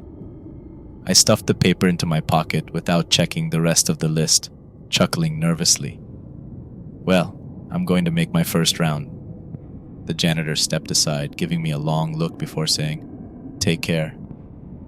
I nodded and left the office, but his words stuck with me. Something about his tone, his look. It felt off, like he was genuinely afraid. But I wasn't going to let some weird list of rules mess with my head. It was just past midnight when I started my patrol. The mall was eerie at night, much more so than I expected. The dim lighting cast long, twisting shadows along the tiled floors. Every sound felt amplified, my footsteps echoing off the walls, the hum of the fluorescent lights, the distant creaks and groans of the building settling. As I made my way down one of the main hallways, I tried to focus on the task at hand. The mall wasn't huge, but it was big enough to need regular patrols. There were plenty of stores to check, some of them abandoned, some locked up, with displays peeking out from the darkness behind their glass fronts. A children's play area stood near the food court, silent and still, the colorful plastic toys looking strange and lifeless under the dim emergency lights. Farther down, I could make out the escalators, still and frozen in their usual ascent, like relics from a busier time. I was getting used to the silence when I noticed something strange in one of the clothing stores. The store door was wide open. I stopped, my flashlight sweeping over the darkened interior. I couldn't see anything out of place at first, but as I moved the beam around the store, I noticed movement in my peripheral vision. A slight shift, like something or someone was hiding in the dark. I turned my head to look directly at it, but there was nothing. Just a few mannequins standing near the back, as motionless as always. I sighed and shook my head. It was nothing, just my nerves. I wasn't going to let that janitor's creepy list get into my head. Then I heard it, the faint sound of clothing rustling. My flashlight flicked back toward the mannequins, and there it was. One of them had definitely moved. It was standing a little closer now, slightly out of position compared to the others. I could feel my heartbeat start to quicken. "Hey, Mr. Janitor," I called out, more out of frustration than anything else. This had to be some kind of prank. He was probably watching me from the shadows, trying to freak me out, but there was no answer. Just the soft, unsettling shuffle of fabric behind me again. I turned slowly, my flashlight scanning the mannequins, and that's when I saw it. One of them had changed positions again, its head now facing directly toward the exit. My breath hitched in my throat. No one else was here. There was no way this was a trick. I backed out of the store quickly. I didn't want to stay any longer than necessary. As I walked away, I kept glancing over my shoulder. And then I heard it. Footsteps, but not normal footsteps. They were heavy, rough, like wood or plastic scraping against the floor. My heart started pounding in my chest. I turned around, and there it was. The same mannequin from the store. It stood in the middle of the hallway, staring at me with its blank, lifeless face. The hair on the back of my neck stood up. I could feel the blood drain from my face as I watched it. Slowly, stiffly, it started to move toward me, its joints creaking and groaning with every step. Its movements were robotic, stiff, like a doll being dragged forward. I did what any sane person would do. I ran. I turned on my heel and bolted down the hallway, my footsteps echoing in the vast emptiness of the mall. I didn't care how ridiculous I looked. I just needed to get away from that thing. I rounded the corner, ducking into the hallway that led toward the restrooms. The footsteps behind me had stopped, but I didn't dare look back. I burst into the restroom, splashing cold water on my face, trying to convince myself that it was all in my head. But as I looked into the mirror, I saw something else. A woman was standing near the stalls, her back to me, dressed in the plain uniform of a cleaning lady. I blinked, and she was gone. My heart skipped a beat. I spun around, but there was no one there. The restroom was empty. I collapsed to my knees, exhausted and terrified. What was happening? I tried to gather my thoughts to make sense of it all, but nothing was adding up. Then I remembered the list. I pulled the crumpled paper from my pocket and unfolded it with shaking hands. There, written plainly in black ink, were the next few rules. Rule 3. If a mannequin looks like it's following you, don't look back. Mannequins sometimes follow guards, but if you ignore them, they'll stop.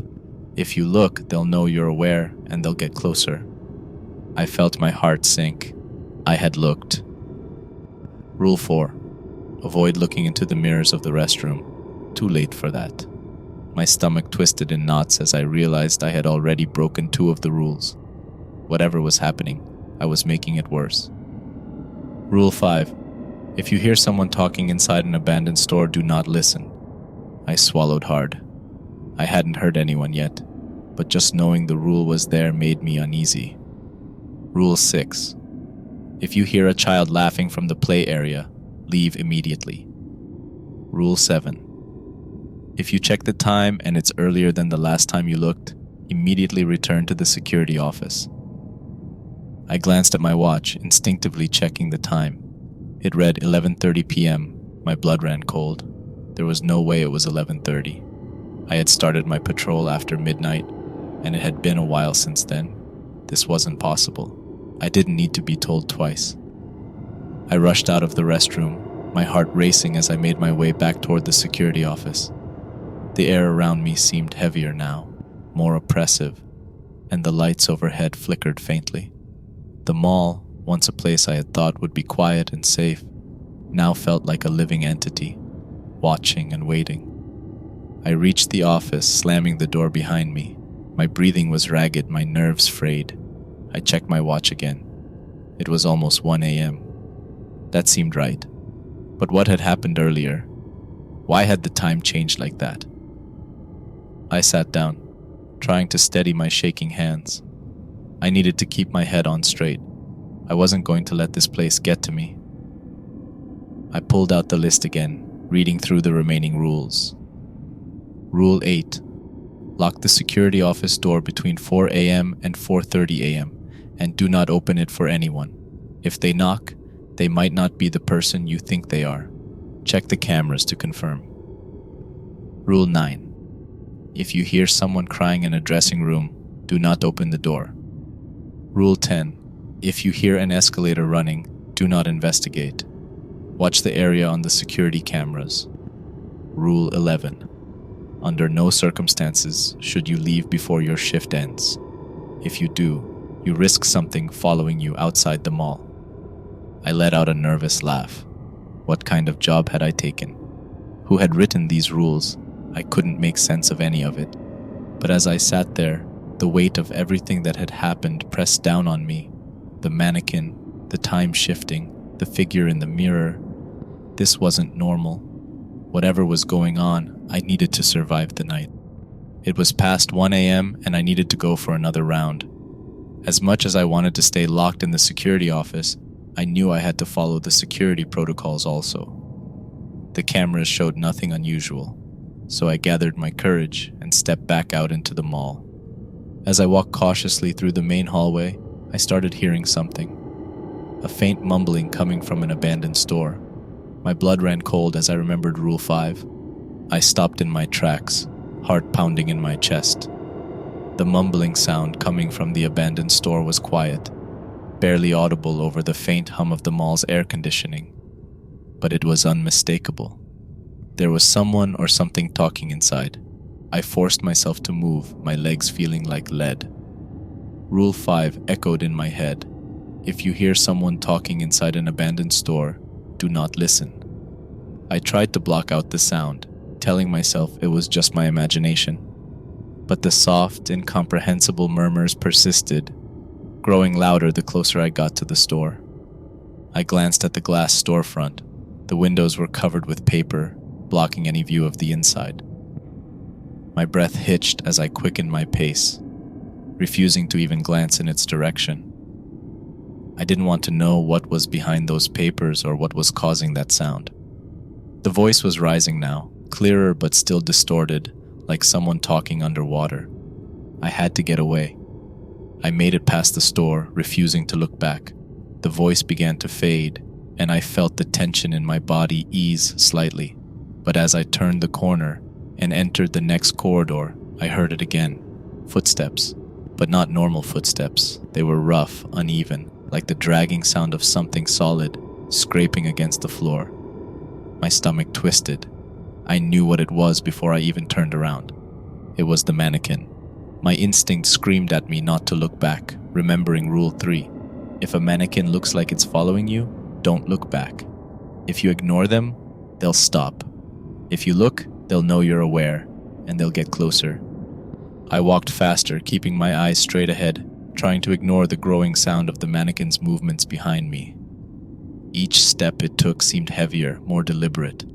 My heart raced as the footsteps grew closer, but I didn't dare turn around.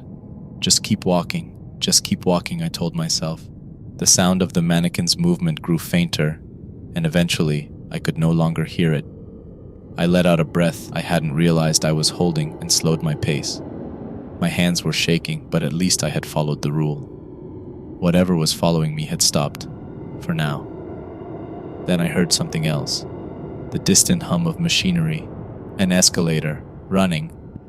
I froze, the blood draining from my face. Rule 10. If you hear an escalator running, do not investigate. Watch the area on the security cameras. I turned on my heel and bolted for the security office. I wasn't going to risk breaking another rule, especially after what I had just been through. My mind raced as I rushed back down the hallway, past the now quiet abandoned store, and toward the safety of the security office. I could hear the escalator in the distance, that unmistakable mechanical whir, but I didn't stop. I burst into the office, slammed the door behind me, and locked it. My breath came in short, ragged gasps. I immediately turned my attention to the security monitors, flipping through the camera feeds. The escalator camera came into view, and there it was. A figure. It wasn't a person. Not exactly. It was something else. The figure was tall, unnaturally tall. Its limbs long and spindly, its face obscured by shadows. It was standing on the escalator, its body stiff and jerky, moving in slow, unnatural movements. As the steps carried it upward, I stared at the screen, frozen in place. My mind raced, trying to process what I was seeing. The figure's head turned slowly, as if sensing something, and then, impossibly, it looked straight at the camera, straight at me. The monitors started flickering, static filling the screens, a loud buzzing sound filling the room. I snapped my gaze away from the camera, remembering Rule 1. Don't stare at the footage for too long. The buzzing stopped almost immediately, and when I glanced back at the monitors, the escalator was empty. The figure was gone. I sat back in my chair, my body trembling. I couldn't do this anymore. My nerves were shot, and the rules, those damned rules, were starting to feel like a cruel game designed to break me. I just had to make it through the night, just a few more hours, I told myself. The next hours passed in silence. I stayed in the security office, too shaken to do another round. I kept glancing at the monitors, watching the empty hallways, the still stores, the escalator that remained motionless now. Everything seemed calm, but the air in the office was thick with tension. Then, I heard something that sent a cold wave of dread down my spine. A knock at the door. I jumped, my heart leaping into my throat. I froze, my eyes darting toward the security monitors to check the hallway outside the office. There was no one there. But the knock came again, 3 sharp raps against the door, as if someone was standing just outside. And then I heard a voice. "Hey, how's the night going? Still think the rules are funny?" It was the janitor. Or at least it sounded like him. I swallowed hard, remembering Rule 8.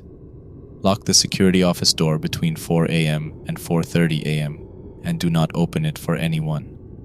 If they knock, they might not be the person you think they are. Check the cameras to confirm. I glanced at the clock. It was 4:03 a.m. My heart pounded in my chest as I checked the camera feed again. The hallway outside the office was completely empty, but the knocking continued, more insistent this time. The janitor's voice echoed through the door, sounding friendly but somehow off. "Come on, open up. I'll tell you what's really going on here." I stood frozen, my hand hovering near the door handle. My mind raced. It sounded like the janitor, but I knew better than to trust my instincts at this point. I checked the camera again. Still nothing. The hallway was empty. I couldn't open the door. I wouldn't. The knocking stopped suddenly. Silence filled the office again, and I let out a shaky breath. I kept watching the camera, not daring to move, until finally, the janitor appeared on the screen.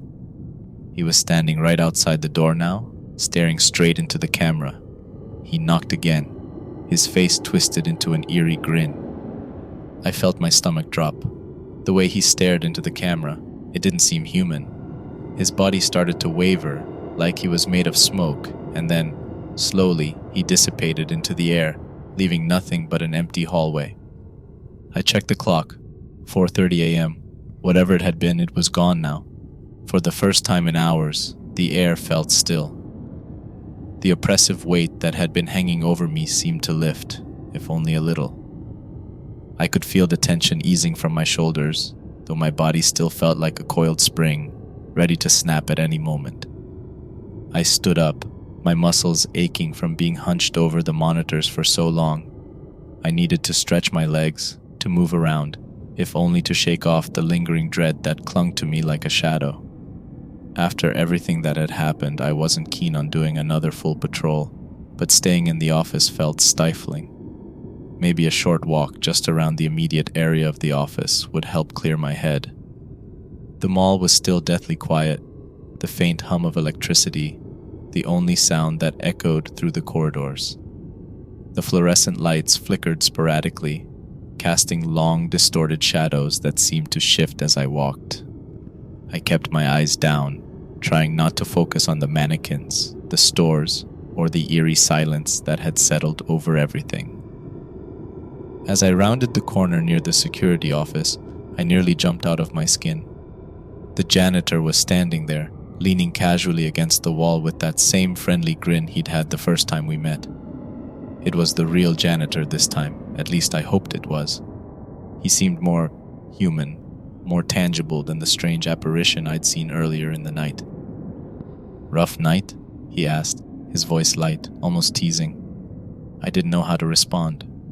I stood there, my mind racing as I tried to reconcile what I had seen earlier. The knocks, the figure dissolving into mist, with the man standing in front of me now. "You could say that," I muttered, trying to keep my voice steady. He tilted his head, his grin fading slightly. "You followed the rules, didn't you?" "I tried," I said, my throat dry. "What is this place? Why are these rules even a thing?" The janitor let out a low chuckle, but it wasn't the friendly, warm sound it had been earlier in the night. This laugh was hollow, tinged with something darker. "I told you the rules are there to keep you safe," he said, his eyes narrowing. "There's more going on here than you understand. Much more." I took a step back, my unease growing with every word he spoke.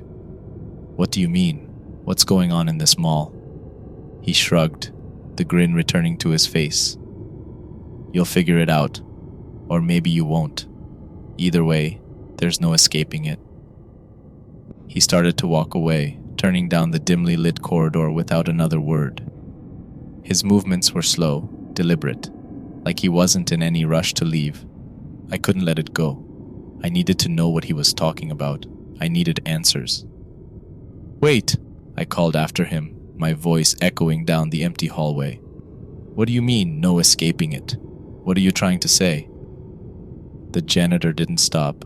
He kept walking, his footsteps eerily quiet against the tiled floor.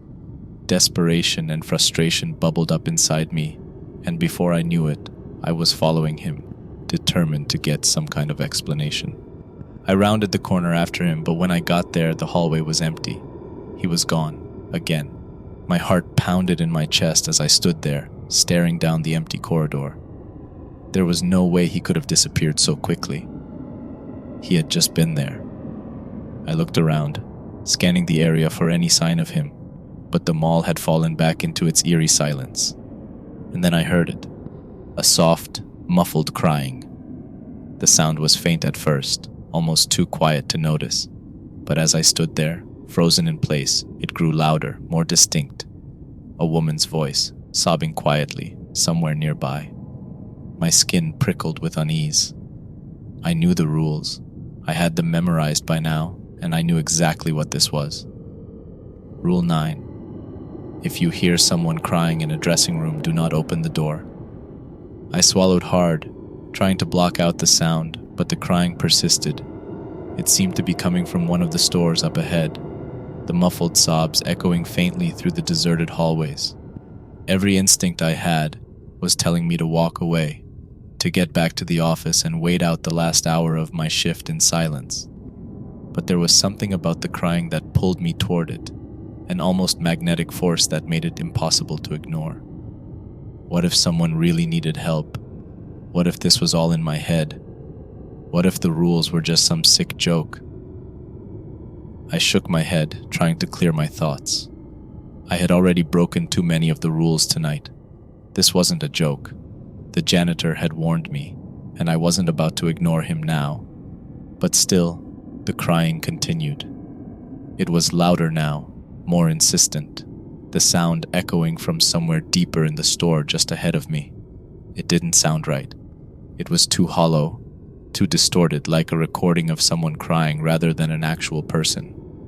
I stood there, torn between curiosity and fear, until finally the decision was made for me. The crying stopped. Suddenly everything was quiet, too quiet. The air felt thick, oppressive, like the walls of the mall were closing in on me. My chest tightened, and I realized I had been holding my breath. Then, slowly, a figure appeared on one of the security cameras I had been monitoring through the corridor. I had left the office, but the cameras were still connected to my device. I couldn't tear my eyes away from the screen as I saw her. A woman, pale with long dark hair that hung limply over her face, obscuring her features. She was dressed in plain, outdated clothing, her body hunched over as she moved slowly down the hallway, her feet barely touching the ground. She was floating. My heart leapt into my throat as I watched her approach the dressing room, her body drifting closer to the entrance, her shoulders shaking with silent sobs. She hovered just outside the door, as if waiting for me to follow her inside. I took a step back, my pulse racing. This wasn't real. It couldn't be. I had seen things tonight, strange things, but this was something else entirely. I squeezed my eyes shut, willing the figure to disappear, to leave me alone. When I opened them, she was gone. But the crying had started again, this time right behind me. I didn't think. I bolted down the hallway, running as fast as my legs would carry me. The sound of the woman's cries echoed through the halls, growing louder and more desperate with every step I took. I didn't dare look back, didn't dare risk another glance. All I knew was that I needed to get out of there, now. By the time I reached the security office, I was breathless, my entire body trembling with fear. I slammed the door shut behind me, locking it as quickly as I could, and collapsed into the chair in front of the monitors. My chest heaved with each breath, the adrenaline still coursing through me. The fluorescent lights overhead flickered faintly, casting eerie shadows on the walls. I felt trapped, like a cornered animal, with no way out but the faint hope that my shift would end soon. I glanced at the monitors. My heart sank. There she was. The woman, the same pale figure, her hair hanging limply over her face, moving in that unnatural, hovering way. She was no longer just roaming the halls. She was headed directly toward the security office. My blood ran cold as I watched her on the monitors. She floated down the hallway, closer and closer, her slow, jerky movements unnerving. She didn't walk like a normal person. She barely moved her feet at all, gliding just above the ground. The sobbing was gone, but the weight of her presence was suffocating. It was as if the very air around her distorted with her approach, bending reality itself. I checked the camera feeds desperately, flipping between angles. She was getting closer. My breath quickened as I watched her drift past the closed stores, her face obscured by her hair, her arms limp at her sides. Every second she got nearer, and I felt my panic rising, clawing at my throat. I reached for the list of rules, gripping it tightly in my trembling hands. Don't open the door. I repeated the thought over and over in my head, like a mantra. Don't open the door, no matter what. The woman stopped just outside the security office. I could see her now on the monitor, the camera trained right on the door. She stood there, silent and still, like a statue. For a moment I dared to hope that she would leave, that maybe she'd fade away like a bad dream. But then the knocking started, soft at first, barely a tap. But each knock grew louder, more forceful, until it felt like the entire door was rattling. My pulse pounded in my ears, drowning out everything else. She was there, just inches away on the other side, and I could feel her presence like a cold weight pressing down on me. I checked the monitor again, praying she would vanish, but she didn't. Her body was rigid, unmoving, but the knocking continued, growing louder and more violent with each passing second. The door frame shook as if it wouldn't hold much longer. I clamped my hands over my ears, squeezing my eyes shut, trying to block her out. This wasn't real. It couldn't be real. But the knocking only grew more intense, more insistent, like someone pounding with their fists. My heart raced, my body trembling as I stared at the door, unable to move. Then I heard it. "Hey, open up, it's the manager." I froze. The voice was familiar, too familiar. It was Mr. Hensley. But something felt wrong. I checked the clock, my heart thundering in my chest. 6:01 a.m. Relief washed over me, but suspicion crept in immediately. Was it really him? Or was this another trick? I checked the camera one last time. The woman was gone. No sign of the pale figure, no shadow, no presence. "Everything okay in there?" Mr. Hensley's voice called again, sounding closer now, more concerned. "Open up, your shift's over." I hesitated, my hand hovering over the door handle. I had survived the night, hadn't I? The clock showed it was past 6 a.m., and nothing had come for me in those final moments. But the events of the night had shaken me to the core, and I wasn't ready to trust anything, anyone, without checking one last time. I glanced at the monitor one last time, double-checking the feed outside the office, and there he was, Mr. Hensley, standing just outside the door, looking exactly as he had when I first met him. No eerie figure, no distorted face, just him, the manager. With a trembling hand, I unlocked the door and opened it. Mr. Hensley stood there, his expression softening as he saw the look on my face. "Rough night, huh?" he asked, his voice filled with concern. I nodded slowly, still trying to process everything. "Yeah, you could say that." He frowned, noticing the look of fear etched across my face. "You all right? You look like you've seen a ghost." I laughed bitterly under my breath. "Something like that." I didn't go into detail. I didn't tell him about the mannequin or the crying woman. It didn't seem real anymore. I was just happy the night was over. But something gnawed at me. Something that I needed to know before I left this place for good. "What about the janitor?" I asked suddenly. "The one who works the night shift?" Mr. Hensley looked at me puzzled. "What janitor?" My stomach dropped. "The one who was here all night. He gave me a list of rules to follow." Mr. Hensley shook his head, his expression turning serious. "There's no night janitor. No one works here at night except you." My mind reeled. The pieces didn't fit together. None of it made sense. I stared at Mr. Hensley, my thoughts racing. If there was no janitor, then who or what had been warning me, and the rules? Where had they come from? I didn't ask any more questions. I handed him my keys, quit on the spot, and walked out of the mall without looking back. Whatever had happened there, whatever lurked in the dark corners of that place, I wasn't going to stick around to find out more. As I drove away, the weight of the night still heavy on my chest, I realized that some places are better left alone. And that mall, it was one of them. I will never return to that place again.